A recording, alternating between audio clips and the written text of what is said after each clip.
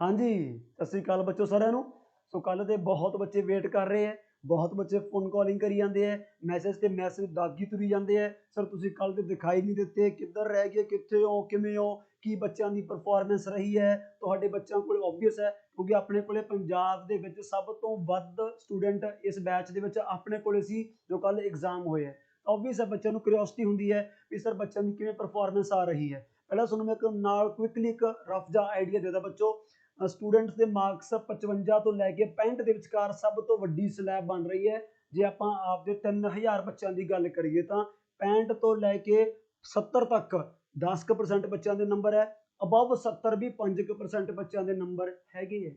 Even बच्चे calling ये भी आई है जिन्होंने कुछ 80 प्लस नंबर भी हैगे है, बट वो बच्चों एक्सैप्शनल केसेस होंगे है जिन्होंने बहुत सख्त मेहनत की होंगी है, बहुत समय तो पढ़ रहे होंगे है। बट अपना मकसद की है भी आप पेपर क्रैक करना है, आप मैरिट लिस्ट में आना है, क्योंकि जी नौकरी पहले मिलनी है वो जमा इंडा भी मिलनी है। सो वो लिए आप बच्चों बहुत ही सख्त मेहनत करी सी ते बहुत ही बच्चों का पॉजिटिव रिस्पॉन्स भी आया है। एडा तगड़ा रिस्पॉन्स आया बच्चों। अज तुहानूं पहला मैं यही चीज़ दिखाना चाहना है भी अपना पिछले 1 महीने दे विच इस चैनल तो आपां की कमाया है, इस चैनल की बच्चा अपनी की कमाई है, बच्चों का की रिस्पॉन्स रहा है। तो दुनिया की सब तो वड्डी कमाई है बच्चों जो मैं अज दिखाने जा रहे हैं। यदि गल मैं करदा बस मिनट आप एक ही लावांगे, ठीक है। आ सब तो वड्डी कमाई है। कल तो लैके अज तक लगभग सैकड़ियां की तादाद में बच्चों मैसेज आए हैं। इंपॉसीबल है मैंने रीड करने वास्ते। सो मैं सोचा भी चलो वीडियो के क्यों ना सारे ही पंजाब के बच्चों को दस दईए। हूँ काफ़ी बच्चे कहते हैं कि सर तुहाडे किराए बच्चों किन्ना आया किन्ना नहीं आया। पहली गल तो बच्चों मेरा पढ़ाउण का जो तजर्बा है, मेरा पढ़ाउण का जो तरीका है, मैं कदे भी पागलपन नहीं दिखाया भी आ भी चक दे आ भी चक दे या तुम 10-10 घंटे मैं वो पढ़ाता आ पढ़ाता। यह कुछ बच्चों ना मैं तो होया ते ना मैं करा, क्योंकि जीके च आपां इन्ना कदे नहीं पढ़ना हुंदा।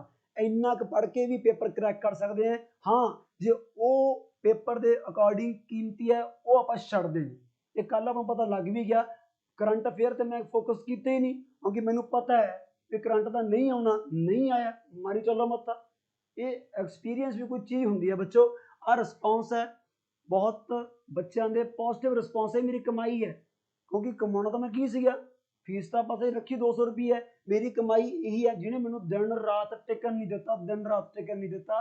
तो मैनू कल मेरे मन में मेरे दिल में बड़ा सुकून मिले भी ठीक है यार भी जो आप बच्चों लिए करे उन्होंने इन्ना अपना पॉजिटिव रिस्पॉन्स दिता। 1 मिनट बच्चों तुसीं आपदा टाइम वेस्ट करना होया तो अद्धा मिनट तुसीं की पढ़ सकते हो भी पंजाब जी के सारी वधिया कवर होगी। IT के सर तुसीं पेपर सैट किया ऐं लगता भी पेपर ही मैं सैट किया है। ईवन क्वेश्चन भी उमें आ गए भी टैगोर किनू कहते फलाना किनू कहते कुछ भी है भी कमाल होगी। सर सब तो वड्डी गल की है अपने बच्चे जो PPSC का बैच ऑलरेडी लई जाते हैं, कमाल की गल है उन्होंने मैसेज भी आने बच्चों स्टार्ट हो रही है कि सिद्धू अकैडमी ऐप से इकॉनमी स्टार्ट कर ली, लाजवाब इकॉनमी है, सिरा लग्या पे कुछ भी है।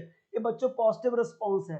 वैसे मेरा आइडिया है नहीं सी मैं दिखावा, बट जो बच्चा आपको एडा प्यार दिखा रहा है तो अपना फर्ज बनता है कि पंजाब के कोने कोने तक इस चैनल की ये वीडियो पहुंचनी चाहिए है, ये रिस्पॉन्स पहुंचना चाहिए है। कहते पूरा पेपर कहना लगता सैट तुसीं कीता सी। मैं फिर कह रहा ये कोई वडियाई नहीं मेरी, ये मैनू पता है भी पहली गल तो कदे भी उसने मैं अज तक आपकी वीडियो च नहीं क्या होगा भी चक दो फटे 20 चो 20 आउणगे, 40 चो 40 आउणगे, 77 चो 77 आउणगे।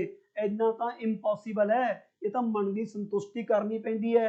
जे तुसीं 20 चो 13 14 15 प्लस नंबर लै गए आप कामयाब हैं, आप पेपर क्रैक करने के लायक हो गए।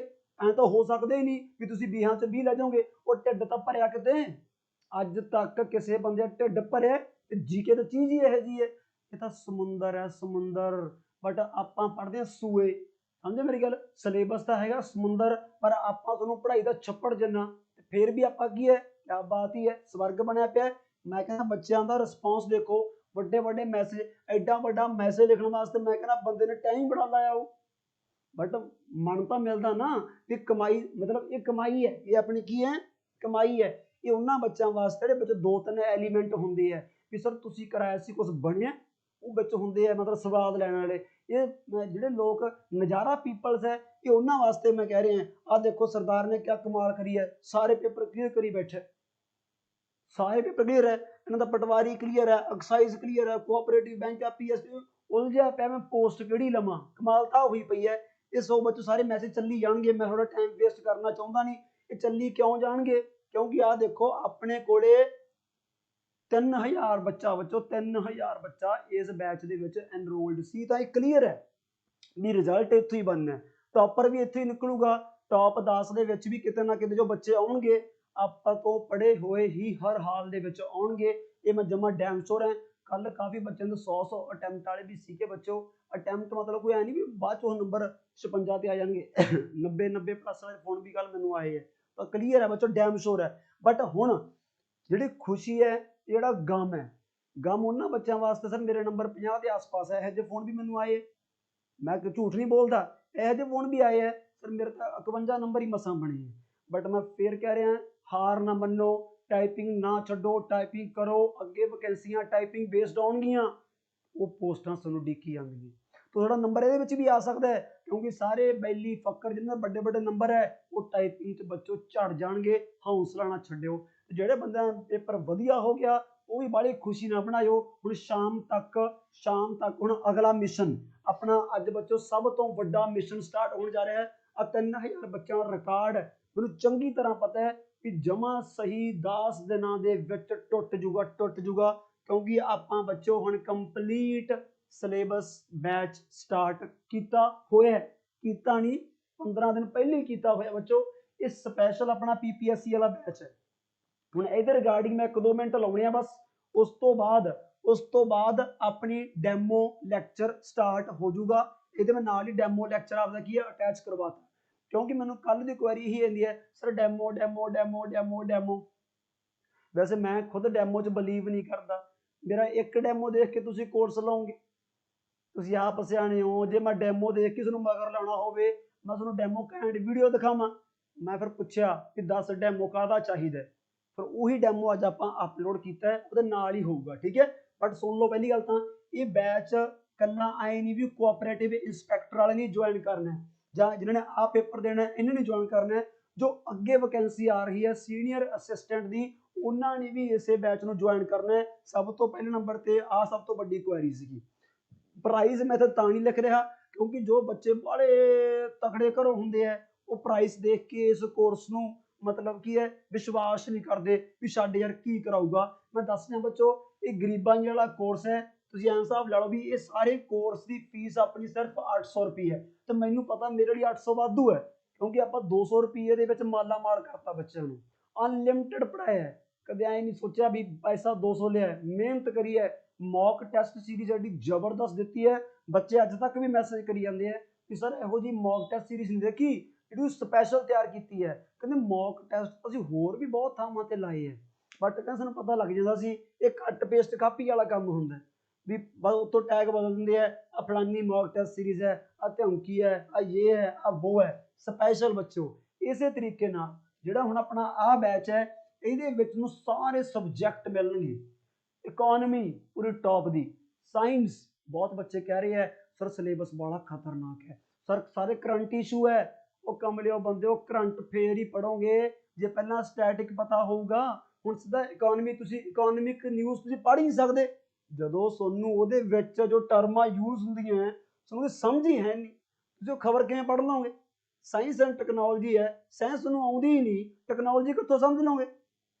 ਇਹ batch basic to advance level ਦਾ ਬੈਚ ਹੈ। ਬਟ ਆਹ ਪ੍ਰਾਈਸ ਮੈਂ ਇੱਕ ਵਾਰ ਦੱਸਤਾ, ਸਮਝੇ ਮੇਰੀ ਗੱਲ। ਇਹ ਚੀਜ਼ ਯਾਦ ਰੱਖਣੀ ਹੈ, ਸਾਰੇ ਸਬਜੈਕਟ ਚਾਹੇ ਉਹ ਇਕੋਨਮੀ ਹੈ, ਚਾਹੇ ਸਾਇੰਸ ਹੈ, ਚਾਹੇ ਪੋਲਿਟੀ ਹੈ, ਮਾਡਰਨ ਹਿਸਟਰੀ ਹੈ। ਸਭ ਤੋਂ ਵੱਡੀ ਗੱਲ ਕੀ ਹੈ, ਇਹਦੇ ਵਿੱਚ ਹੀ ਤੁਹਾਨੂੰ ਸਾਰੇ ਪ੍ਰੈਕਟਿਸ ਸੈਸ਼ਨ ਮਿਲਣਗੇ। ਆਏ ਨਹੀਂ ਪਹਿਲਾਂ ਕੰਟੈਂਟ ਪੜ੍ਹਾ ਕੇ ਤੁਹਾਨੂੰ ਮੈਂ ਮਗਰ ਲਾ ਲੂੰ ਵੀ ਬਣ ਗਈ ਗੱਲ ਵੀ ਬੱਚਾ ਹੁਣ ਕਿਹੜਾ ਮਗਰ ਆ ਗਿਆ, ਅੱਛਾ ਹੁਣ ਤੂੰ ਪ੍ਰੈਕਟਿਸ ਵੀ ਕਰਨੀ ਹੈ, ਚੱਲ ਵੀ ਪ੍ਰੈਕਟਿਸ ਬੈਚ ਨਹੀਂ, ਵਿੱਚ ਹੀ ਹੈ ਸਾਰਾ ਕੁਝ ਬੱਚਿਓ। ਮੌਕ ਟੈਸਟ ਸੀਰੀਜ਼ ਵੀ ਸਾਰੀ ਇਹਦੇ ਵਿੱਚ ਹੀ ਹੋਊਗੀ। ਫਿਰ ਕਹਿ ਰਹੇ ਆ ਜ਼ਬਰਦਸਤ ਤਿਆਰ ਕਰਾਂਗੇ। ਕੱਲ ਦਾ ਮੈਂ ਸੁੱਤਾ ਨਹੀਂ, ਇਹ ਤੇ ਮੈਂ ਵਰਕਆਊਟ ਸਟਾਰਟ ਕਰਤਾ, ਕਿਉਂਕਿ ਬੱਚੇ ਨੂੰ ਉਮੀਦ ਹੈ, ਇਸ ਚੈਨਲ ਤੋਂ ਉਮੀਦ ਹੈ, ਇਸ ਐਪ ਤੋਂ ਉਮੀਦ ਹੈ, ਕਿਉਂਕਿ ਸਭ ਤੋਂ ਘੱਟ ਪ੍ਰਾਈਸ ਦੇ ਵਿੱਚ ਸਭ ਤੋਂ ਤਗੜਾ ਕੰਟੈਂਟ ਪ੍ਰੋਵਾਈਡ ਕਰਾਉਣ ਦਾ ਦਾਅਵਾ ਬੱਚਿਓ ਉਹ ਪੂਰਾ ਕਰਨਾ ਪੈਂਦਾ ਹੈ। ਕੱਲਾ ਦਾਅਵਾ ਠੋਕਣਾ ਔਖਾ ਹੈ, ਪੂਰਾ ਕਰਨਾ ਬੜਾ ਔਖਾ ਹੈ, ਤਾਂ ਜੁਟੇ ਹੋਏ ਆਪਾਂ। ਦੂਜੀ ਗੱਲ ਇਹ ਯਾਦ ਰੱਖਿਓ, ਜਿਹੜਾ ਸਾਰਾ ਕੋਰਸ ਹੈ ਆਪਣਾ, ਇਹ ਤੁਸੀਂ ਬੱਚੋ ਦੇਖਣਾ ਕਿੱਥੇ ਹੈ, ਸਾਰੇ ਬੱਚਿਆਂ ਨੇ ਆਹ ਐਪ ਡਾਊਨਲੋਡ ਕਰਨੀ ਹੈ, ਰੁਪਿੰਦਰ ਸਿੱਧੂ ਅਕੈਡਮੀ ਐਪ। ਜਿਨ੍ਹਾਂ ਬੱਚਿਆਂ ਨੇ ਡਾਊਨਲੋਡ ਕੀਤੀ ਹੋਈ ਹੈ ਉਹ ਵੀਡੀਓ ਤੋਂ ਬੋਰ ਨਾ ਹੋ ਜਾਓ, ਪੇਸ਼ੈਂਸ ਰੱਖਿਓ ਮਾੜਾ ਜਿਹਾ, ਠੀਕ ਹੈ।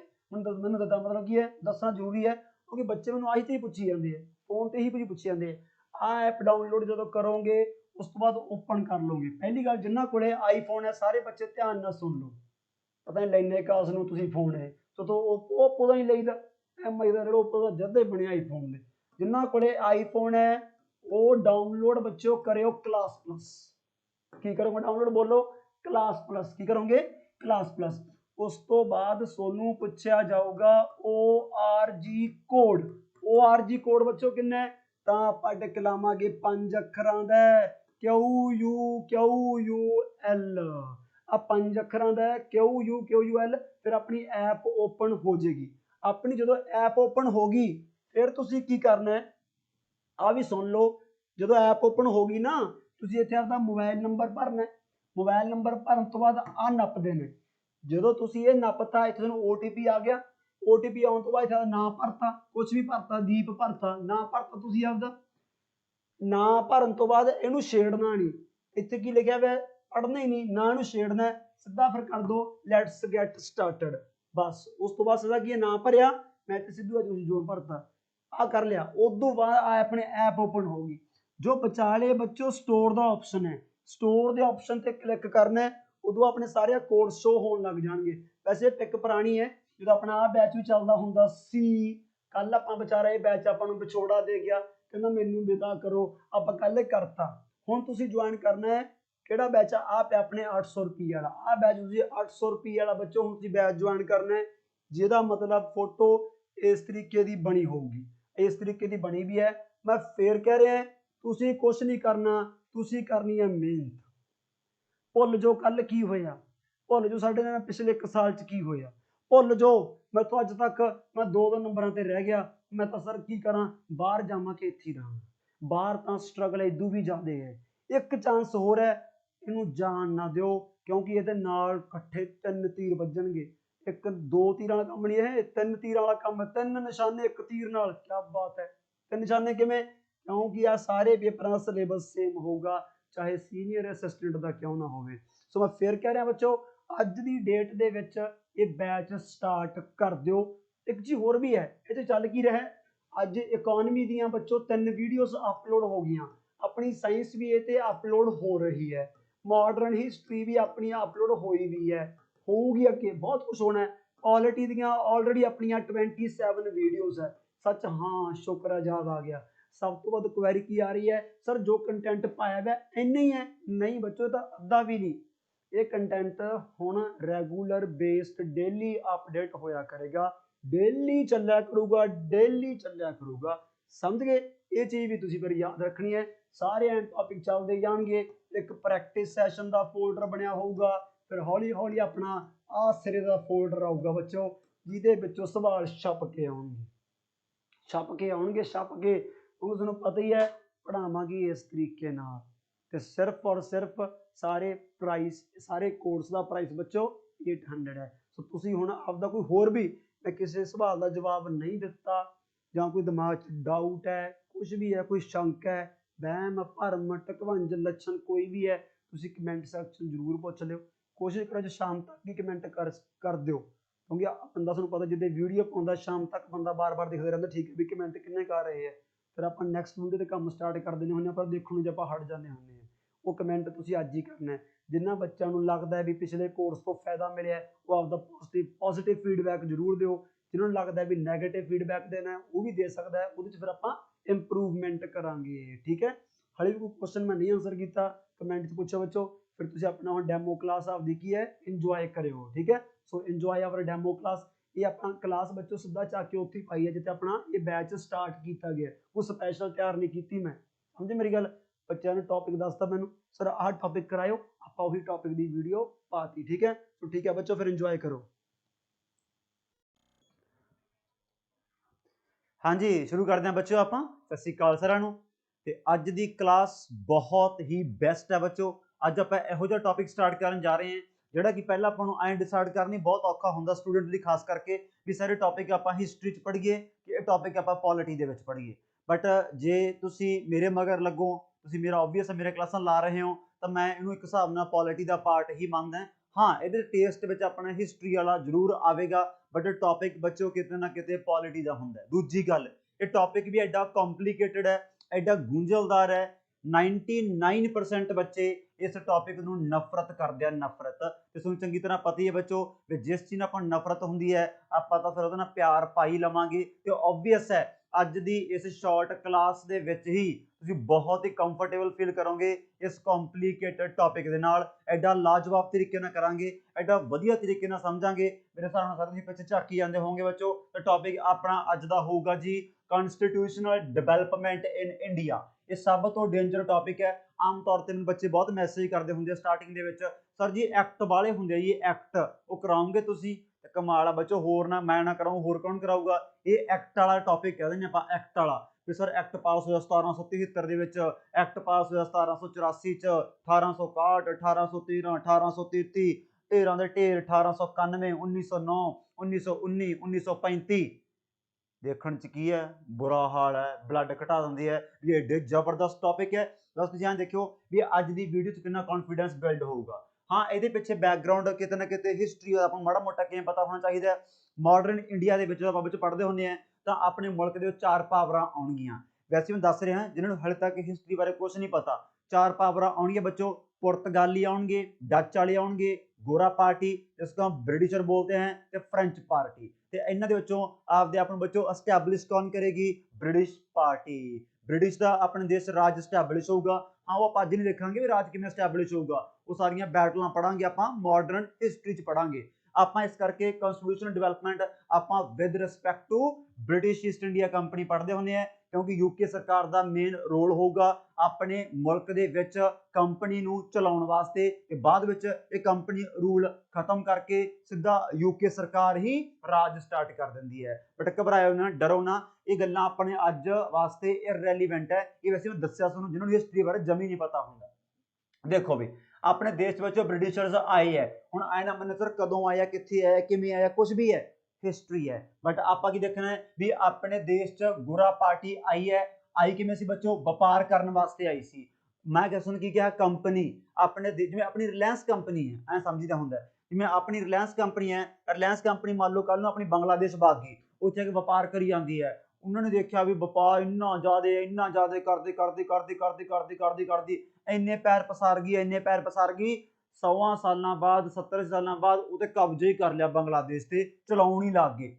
ਐਂ ਕੰਮ ਹੋ ਗਿਆ। ਹੁਣ ਗੋਰਾ ਪਾर्टी ਬੱਚੋ ਆਪਣੇ ਦੇਸ਼ 'ਚ ਕੀ ਹੈ? ਕਾਰੋਬਾਰ ਕਰਨ ਆਏ ਸੀ। ਬਟ ਜਿਵੇਂ ਜਿਵੇਂ ਟਾਈਮ ਟੱਪਦਾ ਗਿਆ with the passage of time ਉਹ ਆਪਣੇ ਦੇਸ਼ 'ਚ ਰਾਜ ਕਰਨ ਲੱਗ ਗਏ। ਚੱਕ ਲਓ, ਆਹੀ ਆਪਣੀ ਲਾਈਨ ਹੈ ਜਿੱਥੋਂ ਆਪਾਂ ਇਹ ਟੌਪਿਕ ਬੱਚੋ ਸਟਾਰਟ ਕਰਦੇ ਹੁੰਦੇ ਹਾਂ। ਕਹਿੰਦੇ ਬ੍ਰਿਟਿਸ਼ਰਸ ਆਪਣੇ ਦੇਸ਼ 'ਚ ਕਾਰੋਬਾਰ ਕਰਨ ਆਏ ਸੀ, ਬਟ ਜਿਵੇਂ ਜਿਵੇਂ ਟਾਈਮ ਟੱਪਦਾ ਗਿਆ ਉਹਦਾ ਪਤਾ ਹੁੰਦਾ ਰਾਜ ਹੀ ਕਰਨ ਲੱਗ ਗਏ।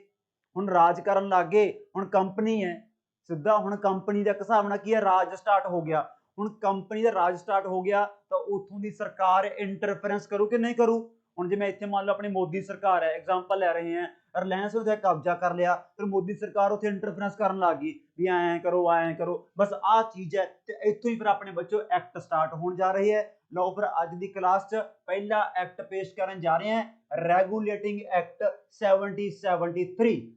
1773 ਦੇ ਵਿੱਚ ਇਹ ਪਹਿਲਾ ਲੈਂਡਮਾਰਕ ਹੈ। ਆ ਦੇਖੋ ਲਿਖਿਆ, ਇਹ ਬੱਚੋ ਪਹਿਲਾ ਲੈਂਡਮਾਰਕ ਹੈ ਇਨ ਦ ਕਨਸਟੀਟਿਊਸ਼ਨਲ ਡਿਵੈਲਪਮੈਂਟ ਆਫ ਇੰਡੀਆ। ਆਪਣੀ ਡਿਵੈਲਪਮੈਂਟ ਕਨਸਟੀਟਿਊਸ਼ਨਲ, ਤਾਂ ਹੀ ਮੈਂ ਤੁਹਾਨੂੰ ਕੀ ਕਿਹਾ ਟੌਪਿਕ ਮੈਂ ਪੋਲਿਟੀ 'ਚ ਪੜਾਉਣਾ ਤਾਂ ਪਸੰਦ ਕਰਦਾ ਹਾਂ ਬਿਕੋਜ਼ ਇਹ ਕਨਸਟੀਟਿਊਸ਼ਨਲ ਡਿਵੈਲਪਮੈਂਟ ਇਨ ਇੰਡੀਆ, ਹਾਂ ਇਹਨੂੰ ਹਿਸਟੋਰੀਕਲ ਅੰਡਰਪਾਈਨਿੰਗ ਵੀ ਕਹਿੰਦੇ ਆ, ਬਹੁਤ ਕੁਝ ਕਹਿੰਦੇ ਆ। ਚਲੋ ਇਹ ਪਹਿਲਾ ਲੈਂਡਮਾਰਕ ਹੈ। ਹੁਣ ਪਹਿਲੇ ਲੈਂਡਮਾਰਕ ਦਾ ਆਪਾਂ ਨੂੰ ਮਾਰਕੇ ਤੇ ਪਤਾ ਲੱਗੀ ਜਾਂਦਾ ਹੈ। ਮਾਰਕਾ ਕੀ ਹੈ? Regulating act. ਸੋ ਇਹ ਪਹਿਲਾ ਐਕਟ ਯੂਕੇ ਸਰਕਾਰ ਕਿਉਂ ਲੈ ਕੇ ਆਈ ਹੈ? ਵੀ ਆਪਾਂ ਇਸ ਕੰਪਨੀ ਨੂੰ ਰੈਗੂਲੇਟ ਕਰਨਾ ਹੈ। ਹੁਣ ਆਪਾਂ ਇਸ ਕੰਪਨੀ ਨੂੰ ਪ੍ਰੋਪਰ ਤਰੀਕੇ ਨਾਲ ਮੈਨੇਜ ਕਰਨਾ ਹੈ। ਇਹਦੇ ਪਿੱਛੇ ਵੀ ਬੈਕਗਰਾਉਂਡ ਹੈ। ਬੈਕਗਰਾਉਂਡ ਕੀ ਹੈ ਵੀ ਯੂਕੇ ਸਰਕਾਰ ਨੂੰ 1773 ਚ ਕਿਉਂ ਪਤਾ ਲੱਗਿਆ ਬਈ ਵੀ ਆਪਾਂ ਹੁਣ ਕੰਪਨੀ ਰੈਗੂਲੇਟ ਕਰ ਲਈਏ? ਇਹ ਤਾਂ 1600 ਦੀ ਕੰਪਨੀ ਬਣੀ ਹੋਈ ਹੈ। ਇੰਗਲਿਸ਼ ਈਸਟ ਇੰਡੀਆ ਕੰਪਨੀ 31 ਦਸੰਬਰ 1600 ਦੀ ਬਣੀ ਹੋਈ ਹੈ। 1608 ਚ ਆਪਣੇ ਫੈਕਟਰੀਆਂ ਆਪਣੇ ਦੇਸ਼ 'ਚ ਲੱਗਣ ਲੱਗ ਗਈਆਂ ਤੇ 1773 ਚ ਐਕਟ ਪਾਸ ਕੀਤਾ ਇਹਨਾਂ ਨੇ। ਕੀ ਗੱਲ ਪਹਿਲਾਂ ਕਿੱਥੇ ਸੀ? ਇਹਦਾ ਮਤਲਬ ਹਲੇ ਕੰਪਨੀ ਆਪਦੇ ਆਪ ਨੂੰ ਐਸਟੈਬਲਿਸ਼ ਕਰ ਰਹੀ ਸੀ। ਦੂਜੀ ਗੱਲ, ਕੰਪਨੀ ਆਪਣੇ ਮੁਲਕ ਦੇ ਵਿੱਚ ਕਰਪਟ ਹੋ ਗਈ ਸੀ, ਕਿਉਂਕਿ ਆਪਣੇ ਦੇਸ਼ 'ਚ ਆਈ ਹੈ ਤਾਂ ਆਬਵੀਅਸ ਆ ਬੱਚੋ ਫਿਰ ਆਪਣੇ ਮੁਲਕ ਦੀ ਹਵਾ ਤਾਂ ਲੱਗਣੀ ਹੈ। ਕੰਪਨੀ ਦੇ ਸਰਵੈਂਟ ਜਿਹੜੇ ਕੰਪਨੀ 'ਚ ਕੰਮ ਕਰਦੇ ਆ ਉਹ ਇੱਥੇ ਪਤੰਦਰ ਕਰਪਟ ਹੋ ਗਏ, ਆਪਦੀਆਂ ਜੇਬਾਂ ਭਰਨ ਤੇ ਜ਼ੋਰ ਲਾਤਾ ਤੇ ਕੰਪਨੀ ਖੂੰਜੇ ਲੱਗਣ ਲਾਤੀ। ਕੰਪਨੀ ਦਾ ਕੰਮ ਕੀ ਹੁੰਦਾ ਹੈ? ਪ੍ਰੋਫਿਟ। भी प्रॉफिट कमाना है एट एनी कॉस्ट, बाढ़ में जाए जनता, अपना काम बनता आ काम हुंदा कंपनी दा। ते कुल मिला के 1772 ਦੇ ਵਿੱਚ ਕੀ ਕੀਤਾ ਹੈ, ਕੰਪਨੀ ਜਮੇ ਖੂੰਜੇ ਲਾਤੀ, ਕੰਪਨੀ ਦਾ ਦਿਵਾਲਾ ਨਿਕਲ ਗਿਆ ਜਦੋਂ ਕੰਪਨੀ ਨੇ ਯੂਕੇ ਸਰਕਾਰ ਕੋਲੇ 1 ਮਿਲੀਅਨ ਪਾਉਂਡ ਦਾ ਲੋਨ ਅਪਲਾਈ ਕਰਤਾ। ਕਹਿੰਦੇ ਜੀ ਬਾਲਾ ਫਾਈਨੈਂਸ਼ੀਅਲ ਕ੍ਰਾਈਸਿਸ ਹੋਇਆ ਪਿਆ। ਫਿਰ ਸਰਕਾਰ ਹਿੱਲ ਗਈ ਵੀ ਭੇਜਿਆ ਪ੍ਰੋਫਿਟ ਕਮਾਉਣ ਵਾਸਤੇ, ਲੋੜਾ ਆਇਆ ਪਿਆ ਤੇ ਲੋਨ ਸਾਥੋਂ ਭਾਲਦੇ ਆ। ਫਿਰ ਉਹਨਾਂ ਨੂੰ ਲੱਗਿਆ ਵੀ ਆੜੀ ਕੰਪਨੀ ਚਲਾਓ, ਆਪਾਂ ਚਲਾਓ ਵੀ ਜਮੀ ਪਿੱਟ ਜੂਗੀ, ਤਾਂ ਨਾਮ ਕੀ ਹੈ ਪਹਿਲੀ ਰੈਗੂਲੇਟਿੰਗ ਐਕਟ। ਇਹਦੇ ਵਿੱਚ ਕੀ ਹੋਊਗਾ ਹੁਣ ਸਮਝ ਗਏ ਹੋਣਗੇ ਆਪਾਂ ਵੀ ਕੰਪਨੀ ਨੂੰ ਆਪਾਂ ਰੈਗੂਲੇਟ ਕਰਨਾ, ਕੰਪਨੀ ਨੂੰ ਬੱਚੇ ਆਪਾਂ ਕੀ ਕਰਨਾ ਹੈ ਰੈਗੂਲੇਟ। ਤਾਂ ਪੜ੍ਹਦੇ ਆ ਫਿਰ ਵੀ ਪਹਿਲੇ ਐਕਟ ਦਾ ਕੀ ਆਬਜੈਕਟਿਵ ਹੈ। ਕੋਈ ਪੁਆਇੰਟ ਤੁਹਾਨੂੰ ਬੱਚੇ ਐਕਸਟਰਾ ਪੜ੍ਹਨ ਦੀ ਲੋੜ ਨਹੀਂ ਪੈਣੀ, ਇੰਨਾ ਵਧੀਆ ਤਰੀਕੇ ਨਾਲ ਟੌਪਿਕ ਕਵਰ ਕਰਵਾਉਂਗਾ। ਇਹਦਾ ਸਵਾਲ ਪੇਪਰ 'ਚ ਡੀਕਿਆ ਕਰੋਗੇ ਤੇ ਹੱਸ ਕੇ ਟਕਲਾਇਆ ਕਰੋਗੇ ਵੀ ਯਾਰ ਗੱਲ ਆ, ਕੋਈ ਚੱਜ ਦੀ ਗੱਲ ਤਾਂ ਪੁੱਛ ਲੈਂਦੇ ਯਾਰ। ਤੇ ਅੱਜ ਤੋਂ ਪਹਿਲਾਂ ਇਹ ਆਪਾਂ ਸਵਾਲ ਦੇਖ ਕੇ ਆਪਾਂ ਨੂੰ ਮਤਲਬ ਪੰਜਾਬੀ 'ਚ ਕਹਿੰਦੇ ਦੰਦਲਾਂ ਪੈ ਜਾਂਦੀਆਂ। ਹੁਣ ਦੇਖੋ ਕਿੰਨਾ ਘੈਂਟ ਕੰਮ ਹੈ। ਆਬਜੈਕਟਿਵ ਕੀ ਹੈ, to address the problem of the management of company in India. ਹੁਣ ਇਹਦੇ ਰਿਗਾਰਡਿੰਗ ਫਿਰ ਕੀ ਕਰਨਗੇ, ਹੁਣ ਆਪਾਂ ਪੜ੍ਹਦੇ ਹਾਂ ਮੇਨ ਪੁਆਇੰਟ ਵੀ ਰੈਗੂਲੇਟਿੰਗ ਐਕਟ 7073 ਦੇ ਵਿੱਚ ਕਿਹੜੇ ਦੋ ਮੇਨ ਪੁਆਇੰਟ ਹੈ। ਇਹ ਕਹਿੰਦੇ 24 ਬੰਦਿਆਂ ਦੀ, ਇਹ 24 ਬੰਦਿਆਂ ਦੀ ਇੱਕ ਬਾਡੀ ਬਣਾਉਣ ਜਾ ਰਹੇ ਆ ਬੱਚੋ। ਉਹ 24 ਬੰਦਿਆਂ ਦੀ ਬਾਡੀ ਨੂੰ ਆਪਾਂ ਅੱਗੇ ਜਾ ਕੇ ਕੀ ਬੋਲਿਆ ਕਰਾਂਗੇ, ਕੋਰਟ ਆਫ ਡਾਇਰੈਕਟਰਸ।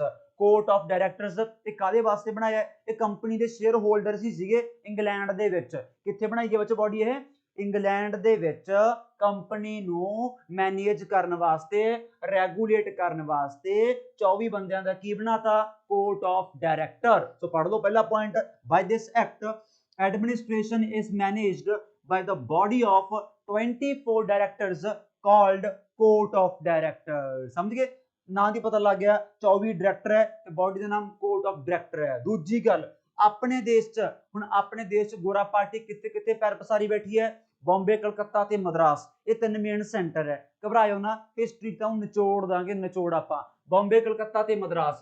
ਫਿਰ ਇੰਡੀਆ ਦੇ ਵਿੱਚ ਕੰਪਨੀ ਨੂੰ ਮੈਨੇਜ ਕਰਨ ਵਾਸਤੇ ਯੂਕੇ ਸਰਕਾਰ ਨੇ ਕੀ ਕੀਤਾ, ਤਿੰਨ ਥਾਵਾਂ ਤੇ ਆਪਦੀ ਗੱਦੀ ਲਵਾਤੀ,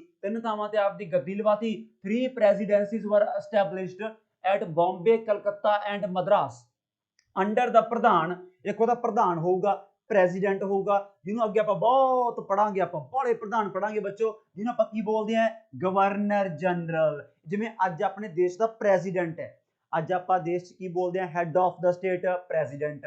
ਪ੍ਰੈਜ਼ੀਡੈਂਟ ਦੀ ਪੋਸਟ ਨੂੰ ਸਮਝ ਲਓ, ਆਜ਼ਾਦੀ ਤੋਂ ਪਹਿਲਾਂ ਆਪਾਂ ਕੀ ਬੋਲਦੇ ਸੀ, governor general and his council. So ਆਪਾਂ ਕੀ ਦੇਖਿਆ, ਇੰਗਲੈਂਡ ਦੇ ਵਿੱਚ 24 ਬੰਦਿਆਂ ਦਾ ਕੀ ਬਣਾਤਾ, ਕੋਰਟ ਆਫ ਡਾਇਰੈਕਟਰ। ਆਪਣੇ ਦੇਸ਼ ਦੇ ਵਿੱਚ 3 ਥਾਵਾਂ ਤੇ ਗੱਦੀ ਲਵਾਤੀ, ਇਹ ਗੱਦੀ 3 ਥਾਵਾਂ ਤੇ ਕਿਹਦੇ ਅੰਡਰ ਹੋਊਗੀ, ਗਵਰਨਰ ਜਨਰਲ ਤੇ ਨਾਲ ਉਹਦੀ ਟੀਮ ਹੋਊਗੀ 4 ਬੰਦਿਆਂ ਦੀ, ਐਂਡ ਹਿਜ਼ ਕਾਉਂਸਲ। ਤੇ ਇੱਥੇ ਸਟਾਰ ਪਾ ਕੇ ਲਿਖ ਲਓ ਵੀ ਫਿਰ ਪਹਿਲਾ ਗਵਰਨਰ ਜਨਰਲ ਕਿਹਨੂੰ ਅਪਾਇੰਟ ਕੀਤਾ ਗਿਆ, ਵਾਰਨ ਹੇਸਟਿੰਗਸ ਨੂੰ। ਇਹ ਬਣ ਗਿਆ ਆਪਣਾ ਪਹਿਲਾ ਗਵਰਨਰ ਜਨਰਲ। ਪਰ ਮੈਂ ਸੁਣ ਤੇ ਕੀ ਲਿਖਾਇਆ ਵੀ ਗੱਦੀ 3 ਥਾਵਾਂ ਤੇ 3 ਥਾਵਾਂ ਤੇ ਲੱਗੀ ਹੈ, ਨਾ ਕਿ ਸਾਰੇ ਦੇਸ਼ 'ਚ ਲੱਗੀ ਹੈ। ਵੀ ਮਤਲਬ ਐ ਨਹੀਂ ਵੀ ਯੂਕੇ ਦਾ 1773 ਤੱਕ ਆਪਣੇ ਸਾਰੇ ਦੇਸ਼ 'ਚ ਕਬਜ਼ਾ ਹੋ ਗਿਆ, ਨਹੀਂ, ਮੇਨ ਥਾਵਾਂ ਤੇ ਹੋਇਆ। ਮੇਨ ਸੈਂਟਰ ਬੰਗਾਲ ਸੀ, ਉਹ ਵੈਸੇ ਗੱਲਾਂ ਤੁਹਾਨੂੰ ਮੈਂ ਅੱਗੇ ਦੱਸੂਗਾ, ਤਾਂ ਹੀ ਮੈਂ ਕੀ ਕਹਿ ਰਿਹਾ ਵੀ ਇਹ ਬੰਗਾਲ ਤੱਕ ਹੀ ਸੀਮਤ ਆ ਹਜੇ। ਤਾਂ ਵਾਰਨ ਹੇਸਟਿੰਗਸ ਨੂੰ ਗਵਰਨਰ ਜਨਰਲ ਆਫ ਬੰਗਾਲ ਦਾ ਪਹਿਲਾ ਕਹਿ ਦਿੰਦੇ ਆ। ਬਟ ਮੈਂ ਫੇਰ ਕਹਿ ਰਿਹਾ ਕਿਉਂਕਿ ਬੱਚੇ ਹੁੰਦੇ ਆ ਜਿਨ੍ਹਾਂ ਨੇ ਹਲੇ ਹਿਸਟਰੀ ਕਦੇ ਨਹੀਂ ਪੜ੍ਹੀ ਹੁੰਦੀ, ਉਹ ਆਪਾਂ ਹਿਸਟਰੀ 'ਚ ਗੱਲਾਂ ਕਰਾਂਗੇ ਸਾਰੀਆਂ, ਠੀਕ ਹੈ। ਚਲੋ ਵੀ ਕਹਿੰਦੇ ਫਿਰ governor general and his council, ਸਾਰੇ ਟੀਮ ਮੈਂ ਦੇਤੀ ਤੁਹਾਨੂੰ ਪਹਿਲਾ ਬੱਚੋ ਕੌਣ ਹੈ, ਵਾਰਨ ਹੇਸਟਿੰਗਸ ਹੈ, ਇਹ ਪਹਿਲਾ ਗਵਰਨਰ ਜਨਰਲ ਹੈ। ਤੇ ਇਹਦੇ ਮੈਂਬਰ ਕਿਹੜੇ ਹੈ ਕਾਉਂਸਲ ਦੇ, ਜੌਨ ਕਲੈਵਰਿੰਗ ਹੈ, ਜਾਰਜ ਮੌਨਸਨ ਹੈ, ਰਿਚਰਡ ਬਾਰਵੈਲ ਹੈ ਤੇ ਫਿਲਿਪ ਫ੍ਰਾਂਸਿਸ ਹੈ। ਇਹ ਜਾਰਜ, ਰਿਚਰਡ, ਫਿਲਿਪ, ਇਹ ਮੌਨਸਨ, ਇਹ ਸਾਰੇ ਯਾਦ ਰੱਖ ਲਿਓ। ਇਹ ਪਹਿਲੀ governor general and his council ਹੈ, ਕੰਪਨੀ ਨੂੰ ਰੈਗੂਲੇਟ ਕਰਨ ਵਾਸਤੇ, ਕੰਪਨੀ ਨੂੰ ਮੈਨੇਜ ਕਰਨ ਵਾਸਤੇ, ਠੀਕ ਹੈ। ਚਲੋ ਵੀ ਅਗਲਾ ਪੁਆਇੰਟ, ਹੁਣ ਤੁਸੀਂ ਐਂ ਦੇਖੋ ਕੰਪਨੀ ਰੈਗੂਲੇਟ ਕਰਨਾ ਹੈ। ਹੁਣ ਇੱਥੇ ਮਤਲਬ ਕੰਮ ਕਾਰ ਵਧੀਆ ਜ਼ੋਰਾਂ ਸ਼ੋਰਾਂ ਦਾ ਚੱਲ ਪਿਆ, ਤੇ ਜ਼ੋਰਾਂ ਸ਼ੋਰਾਂ ਵਾਲਾ ਕੰਮ ਕਿਤੇ ਲੜਾਈ ਝਗੜੇ ਤੋਂ ਪੂਰਾ ਹੋ ਸਕਦਾ, ਲੜਾਈ ਝਗੜੇ ਤਾਂ ਬਾਹਲੇ ਹੁੰਦੇ ਆ, ਕੋਈ ਕਾਂਡ ਵਾਪਰ ਗਿਆ, ਕੋਈ ਬੰਦਾ ਮਰ ਗਿਆ, ਜਾਂ ਕੋਈ ਹੋਰ ਕਰਪਸ਼ਨ ਚਾਰजेस ਹੈ, ਹੁਣ ਉਹਦੇ ਨਿਪਟਾਰੇ, ਹੁਣ ਕਿਸੇ ਵੀ ਲੜਾਈ ਝਗੜੇ ਦਾ ਨਿਪਟਾਰਾ ਕਰਨ ਵਾਸਤੇ ਇੱਕ ਬਾਡੀ ਵੀ ਹੋਣੀ ਚਾਹੀਦੀ ਹੈ, ਜਿਸ को हम ਅੱਜ ਕੀ ਬੋਲਦੇ ਆ, ਅਦਾਲਤ ਬੋਲਦੇ ਆ। ਪਿੱਛੇ ਪੜ੍ਹ ਕੇ ਆਏ ਆਪਾਂ ਸੁਪਰੀਮ ਕੋਰਟ ਤੇ ਹਾਈ ਕੋਰਟ ਸਾਰੀ ਵਧੀਆ ਤਰੀਕੇ ਨਾਲ। ਉਸ ਤਰੀਕੇ ਨਾਲ ਇਸ ਪਹਿਲੇ ਐਕਟ ਨੇ ਉਸ ਸਮੇਂ ਇੱਕ ਅਦਾਲਤ ਵੀ ਬਣਾਤੀ ਬੱਚੋ, ਉਸ ਸਮੇਂ ਦੀ ਇਕਲੌਤੀ ਅਦਾਲਤ ਹੈ, ਤਾਂ ਉਹਨੂੰ ਆਪਾਂ ਨਾਮ ਕੀ ਦਿੱਤਾ, ਸੁਪਰੀਮ ਕੋਰਟ। ਸੋ ਇਸੇ ਐਕਟ ਨੇ ਪ੍ਰੋਵਾਈਡ ਕੀਤਾ for the establishment of supreme court, ਜਿਹਦਾ ਕਹਿੰਦੇ ਇੱਕ ਮੁੱਖ ਜੱਜ ਹੋਊਗਾ ਤੇ ਬਾਕੀ ਨਾਲ 3 ਹੋਰ ਜੱਜ ਹੋਣਗੇ। ਯਾਦ ਹੈ, ਆਪਾਂ ਅੱਜ ਵੀ ਪੜ੍ਹਦੇ ਹੁੰਦੇ ਆ ਜਦੋਂ ਆਪਾਂ ਆਰਟੀਕਲ ਨੰਬਰ 124 ਦੀ ਗੱਲ ਕਰਦੇ ਹੁੰਦੇ ਆ ਪੋਲਿਟੀ ਵਿੱਚ। ਤੇ ਆਪਾਂ ਨੂੰ ਹੋਰ ਨਵਾਂ ਪੁਆਇੰਟ ਕੀ ਸਿੱਖਣ ਨੂੰ ਮਿਲ ਗਿਆ, ਇਸ ਐਕਟ ਤਹਿਤ ਪਹਿਲਾ ਚੀਫ ਜਸਟਿਸ ਕੌਣ ਹੈ, ਸਰ ਅਲੀਜੇ ਇੰਫੇ। ਅਲੀਜੇ ਇੰਫੇ। ਫਿਰ ਆਜ਼ਾਦੀ ਤੋਂ ਬਾਅਦ ਕੌਣ ਹੈ, ਐਚ.ਜੇ. ਕਾਨੀਆ। ਅੱਜ ਆਪਾਂ ਪੜ੍ਹਦੇ ਹੁੰਦੇ ਆ ਐਨ.ਵੀ. ਰਮਨਾ। ਤੇ ਸਾਰੇ ਪੁਆਇੰਟ ਤਾਂ ਕਰੰਟ ਵਾਲੇ ਹੋ ਜਾਣਗੇ, ਪਰ ਆਪਾਂ ਇੱਥੇ ਦੇਖ ਰਹੇ ਹਾਂ ਹਿਸਟੋਰੀਕਲ ਫੈਕਟਸ ਦੇਖ ਰਹੇ ਹਾਂ ਬੱਚੋ। ਸੋ ਓਵਰਆਲ ਪਹਿਲੇ ਐਕਟ ਨੇ ਕੰਪਨੀ ਨੂੰ ਰੈਗੂਲੇਟ ਕਰਨ ਵਾਸਤੇ ਬੜੀ ਸਟਰੋਂਗ ਨੀਂਹ ਰੱਖੀ, ਵੀ ਇੱਥੇ ਹੀ ਮਸਲਿਆਂ ਦਾ ਹੱਲ ਕੱਢਣ ਵਾਸਤੇ ਇੱਥੇ ਹੀ ਉਹਨਾਂ ਨੇ ਅਦਾਲਤ ਬਣਾਤੀ, ਇੱਥੇ ਉਹਨਾਂ ਨੇ 3 ਥਾਵਾਂ ਤੇ ਗੱਦੀ ਲਵਾਤੀ, ਤੇ ਲੰਡਨ ਦੇ ਵਿੱਚ ਇੰਗਲੈਂਡ ਦੇ ਵਿੱਚ court of director. So company ਕਿਤੇ ਨਾ ਕਿਤੇ ਟਰੈਕ ਤੇ ਲਿਆਂਦੀ, ਕੰਪਨੀ ਲਿਆਂਦੀ ਟਰੈਕ ਤੇ। ਆਈ ਫਿਰ ਇਹਨਾਂ ਨੇ 8-10 ਸਾਲ ਕੱਢੇ ਤਾਂ ਬਸ ਫਿਰ ਦੂਜਾ ਐਕਟ ਲਿਆਂਦਾ, ਕਿਉਂਕਿ ਫਿਰ ਸਰਕਾਰ ਨੇ ਕਿਹਾ ਵੀ ਮਸਾਂ ਟਰੈਕ ਤੇ ਲਿਆਂਦੇ ਐ, ਮਸਾਂ ਸਾਂਭੇ ਐ, ਜੇ ਕਿਤੇ ਪਤੰਦਰ ਫੇਰ ਖੁੱਲਰ ਗਏ ਉੱਥੇ ਫੇਰ ਬਾਲਿਆਂ ਮੂਹਰਾ ਮਤਲਬ ਰਾਜਿਆਂ ਨਾਲ ਮਤਲਬ ਕੀ ਹੈ, ਆਂਢ ਸਾਂਢ ਗਾਣਾ ਕਰਨ ਲੱਗ ਜਾਣ, ਜੱਬ ਖੜਾ ਹੋ ਜਾਏ ਉੱਥੇ, ਵੀ ਜੇ ਕਿਤੇ ਰਾਜਿਆਂ ਦੇ ਨਾਲ ਮਿਲ ਮੁਲ ਗਏ ਕਿਤੇ ਫੇਰ ਨਾ ਕੰਪਨੀ ਦਾ ਭੰਬੜਾ ਭੂ ਕਰ ਦੇਣ। ਉੱਥੇ ਸਰਕਾਰ ਨੇ ਕੀ ਕੀਤਾ, ਇੱਕ ਐਕਟ ਹੋਰ ਪਾਸ ਕਰਤਾ। ਹੁਣ ਧਿਆਨ ਨਾਲ ਸੁਣਨਾ, ਪਿਟਸ ਇੰਡੀਆ ਐਕਟ 1784। ਇਹ ਵੈਸੇ ਨਾਮ ਜਿਉਂ ਪਿੱਟ ਕਿੱਥੋਂ ਆ ਗਿਆ, ਵੈਸੇ ਆਪਣੇ ਤਾਂ ਪਿੱਟ ਸਿਆਪਾ ਕਹਿ ਦਿੰਦੇ ਆ, ਇਹ ਪਿੱਟ ਸਿਆਪੀ ਹੈ ਸਟੂਡੈਂਟ ਵਾਸਤੇ। ਇਹ ਪਿੱਟ ਬੱਚੋ ਉਸ ਸਮੇਂ ਗੋਰਿਆਂ ਦਾ ਪ੍ਰਧਾਨ ਮੰਤਰੀ ਹੈ ਵਿਲੀਅਮ ਪਿੱਟ।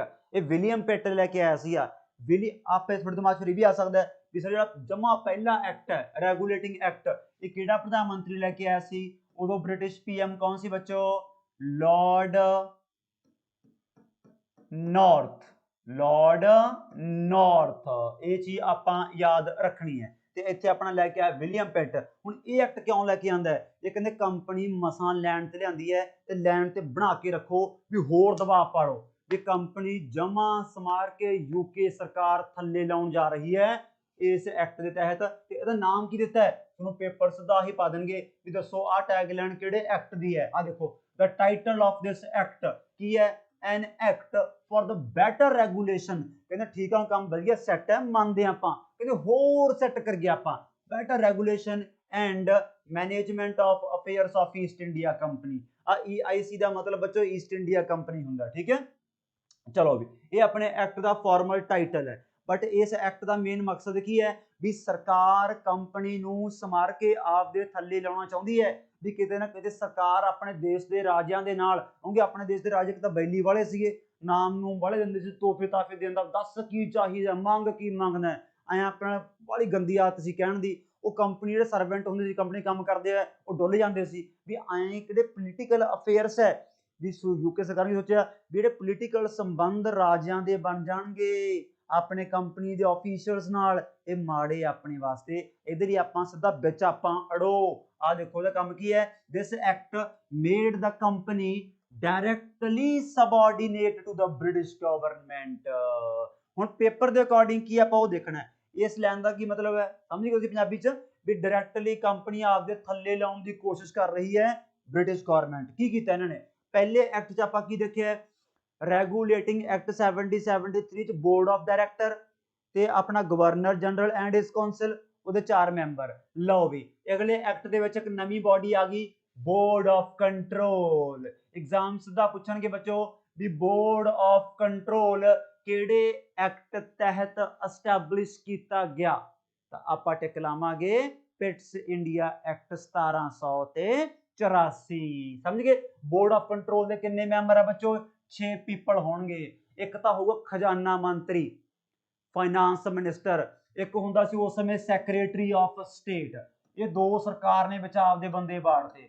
ਇੱਕ ਤਾਂ ਸੈਕਟਰੀ ਆਫ ਸਟੇਟ ਹੋਊਗਾ, ਇਹ 6 ਦੇ ਵਿੱਚ, ਇੱਕ ਫਾਈਨਾਂਸ ਮਿਨਿਸਟਰ ਹੋਊਗਾ, ਖਜ਼ਾਨਚੀ, ਖਜ਼ਾਨਾ ਮੰਤਰੀ, ਤੇ ਹੋਰ ਦੇਖੋ ਜਿਹੜੇ ਬਾਕੀ 4 ਹੈ ਇਹ ਯੂਕੇ ਦਾ ਰਾਜਾ ਨੋਮੀਨੇਟ ਕਰੂਗਾ। ਜਿਹੜੇ ਬਾਕੀ 4 ਹੈ ਉਹ ਕਿੰਗ ਨੋਮੀਨੇਟ ਕਰੇਗਾ।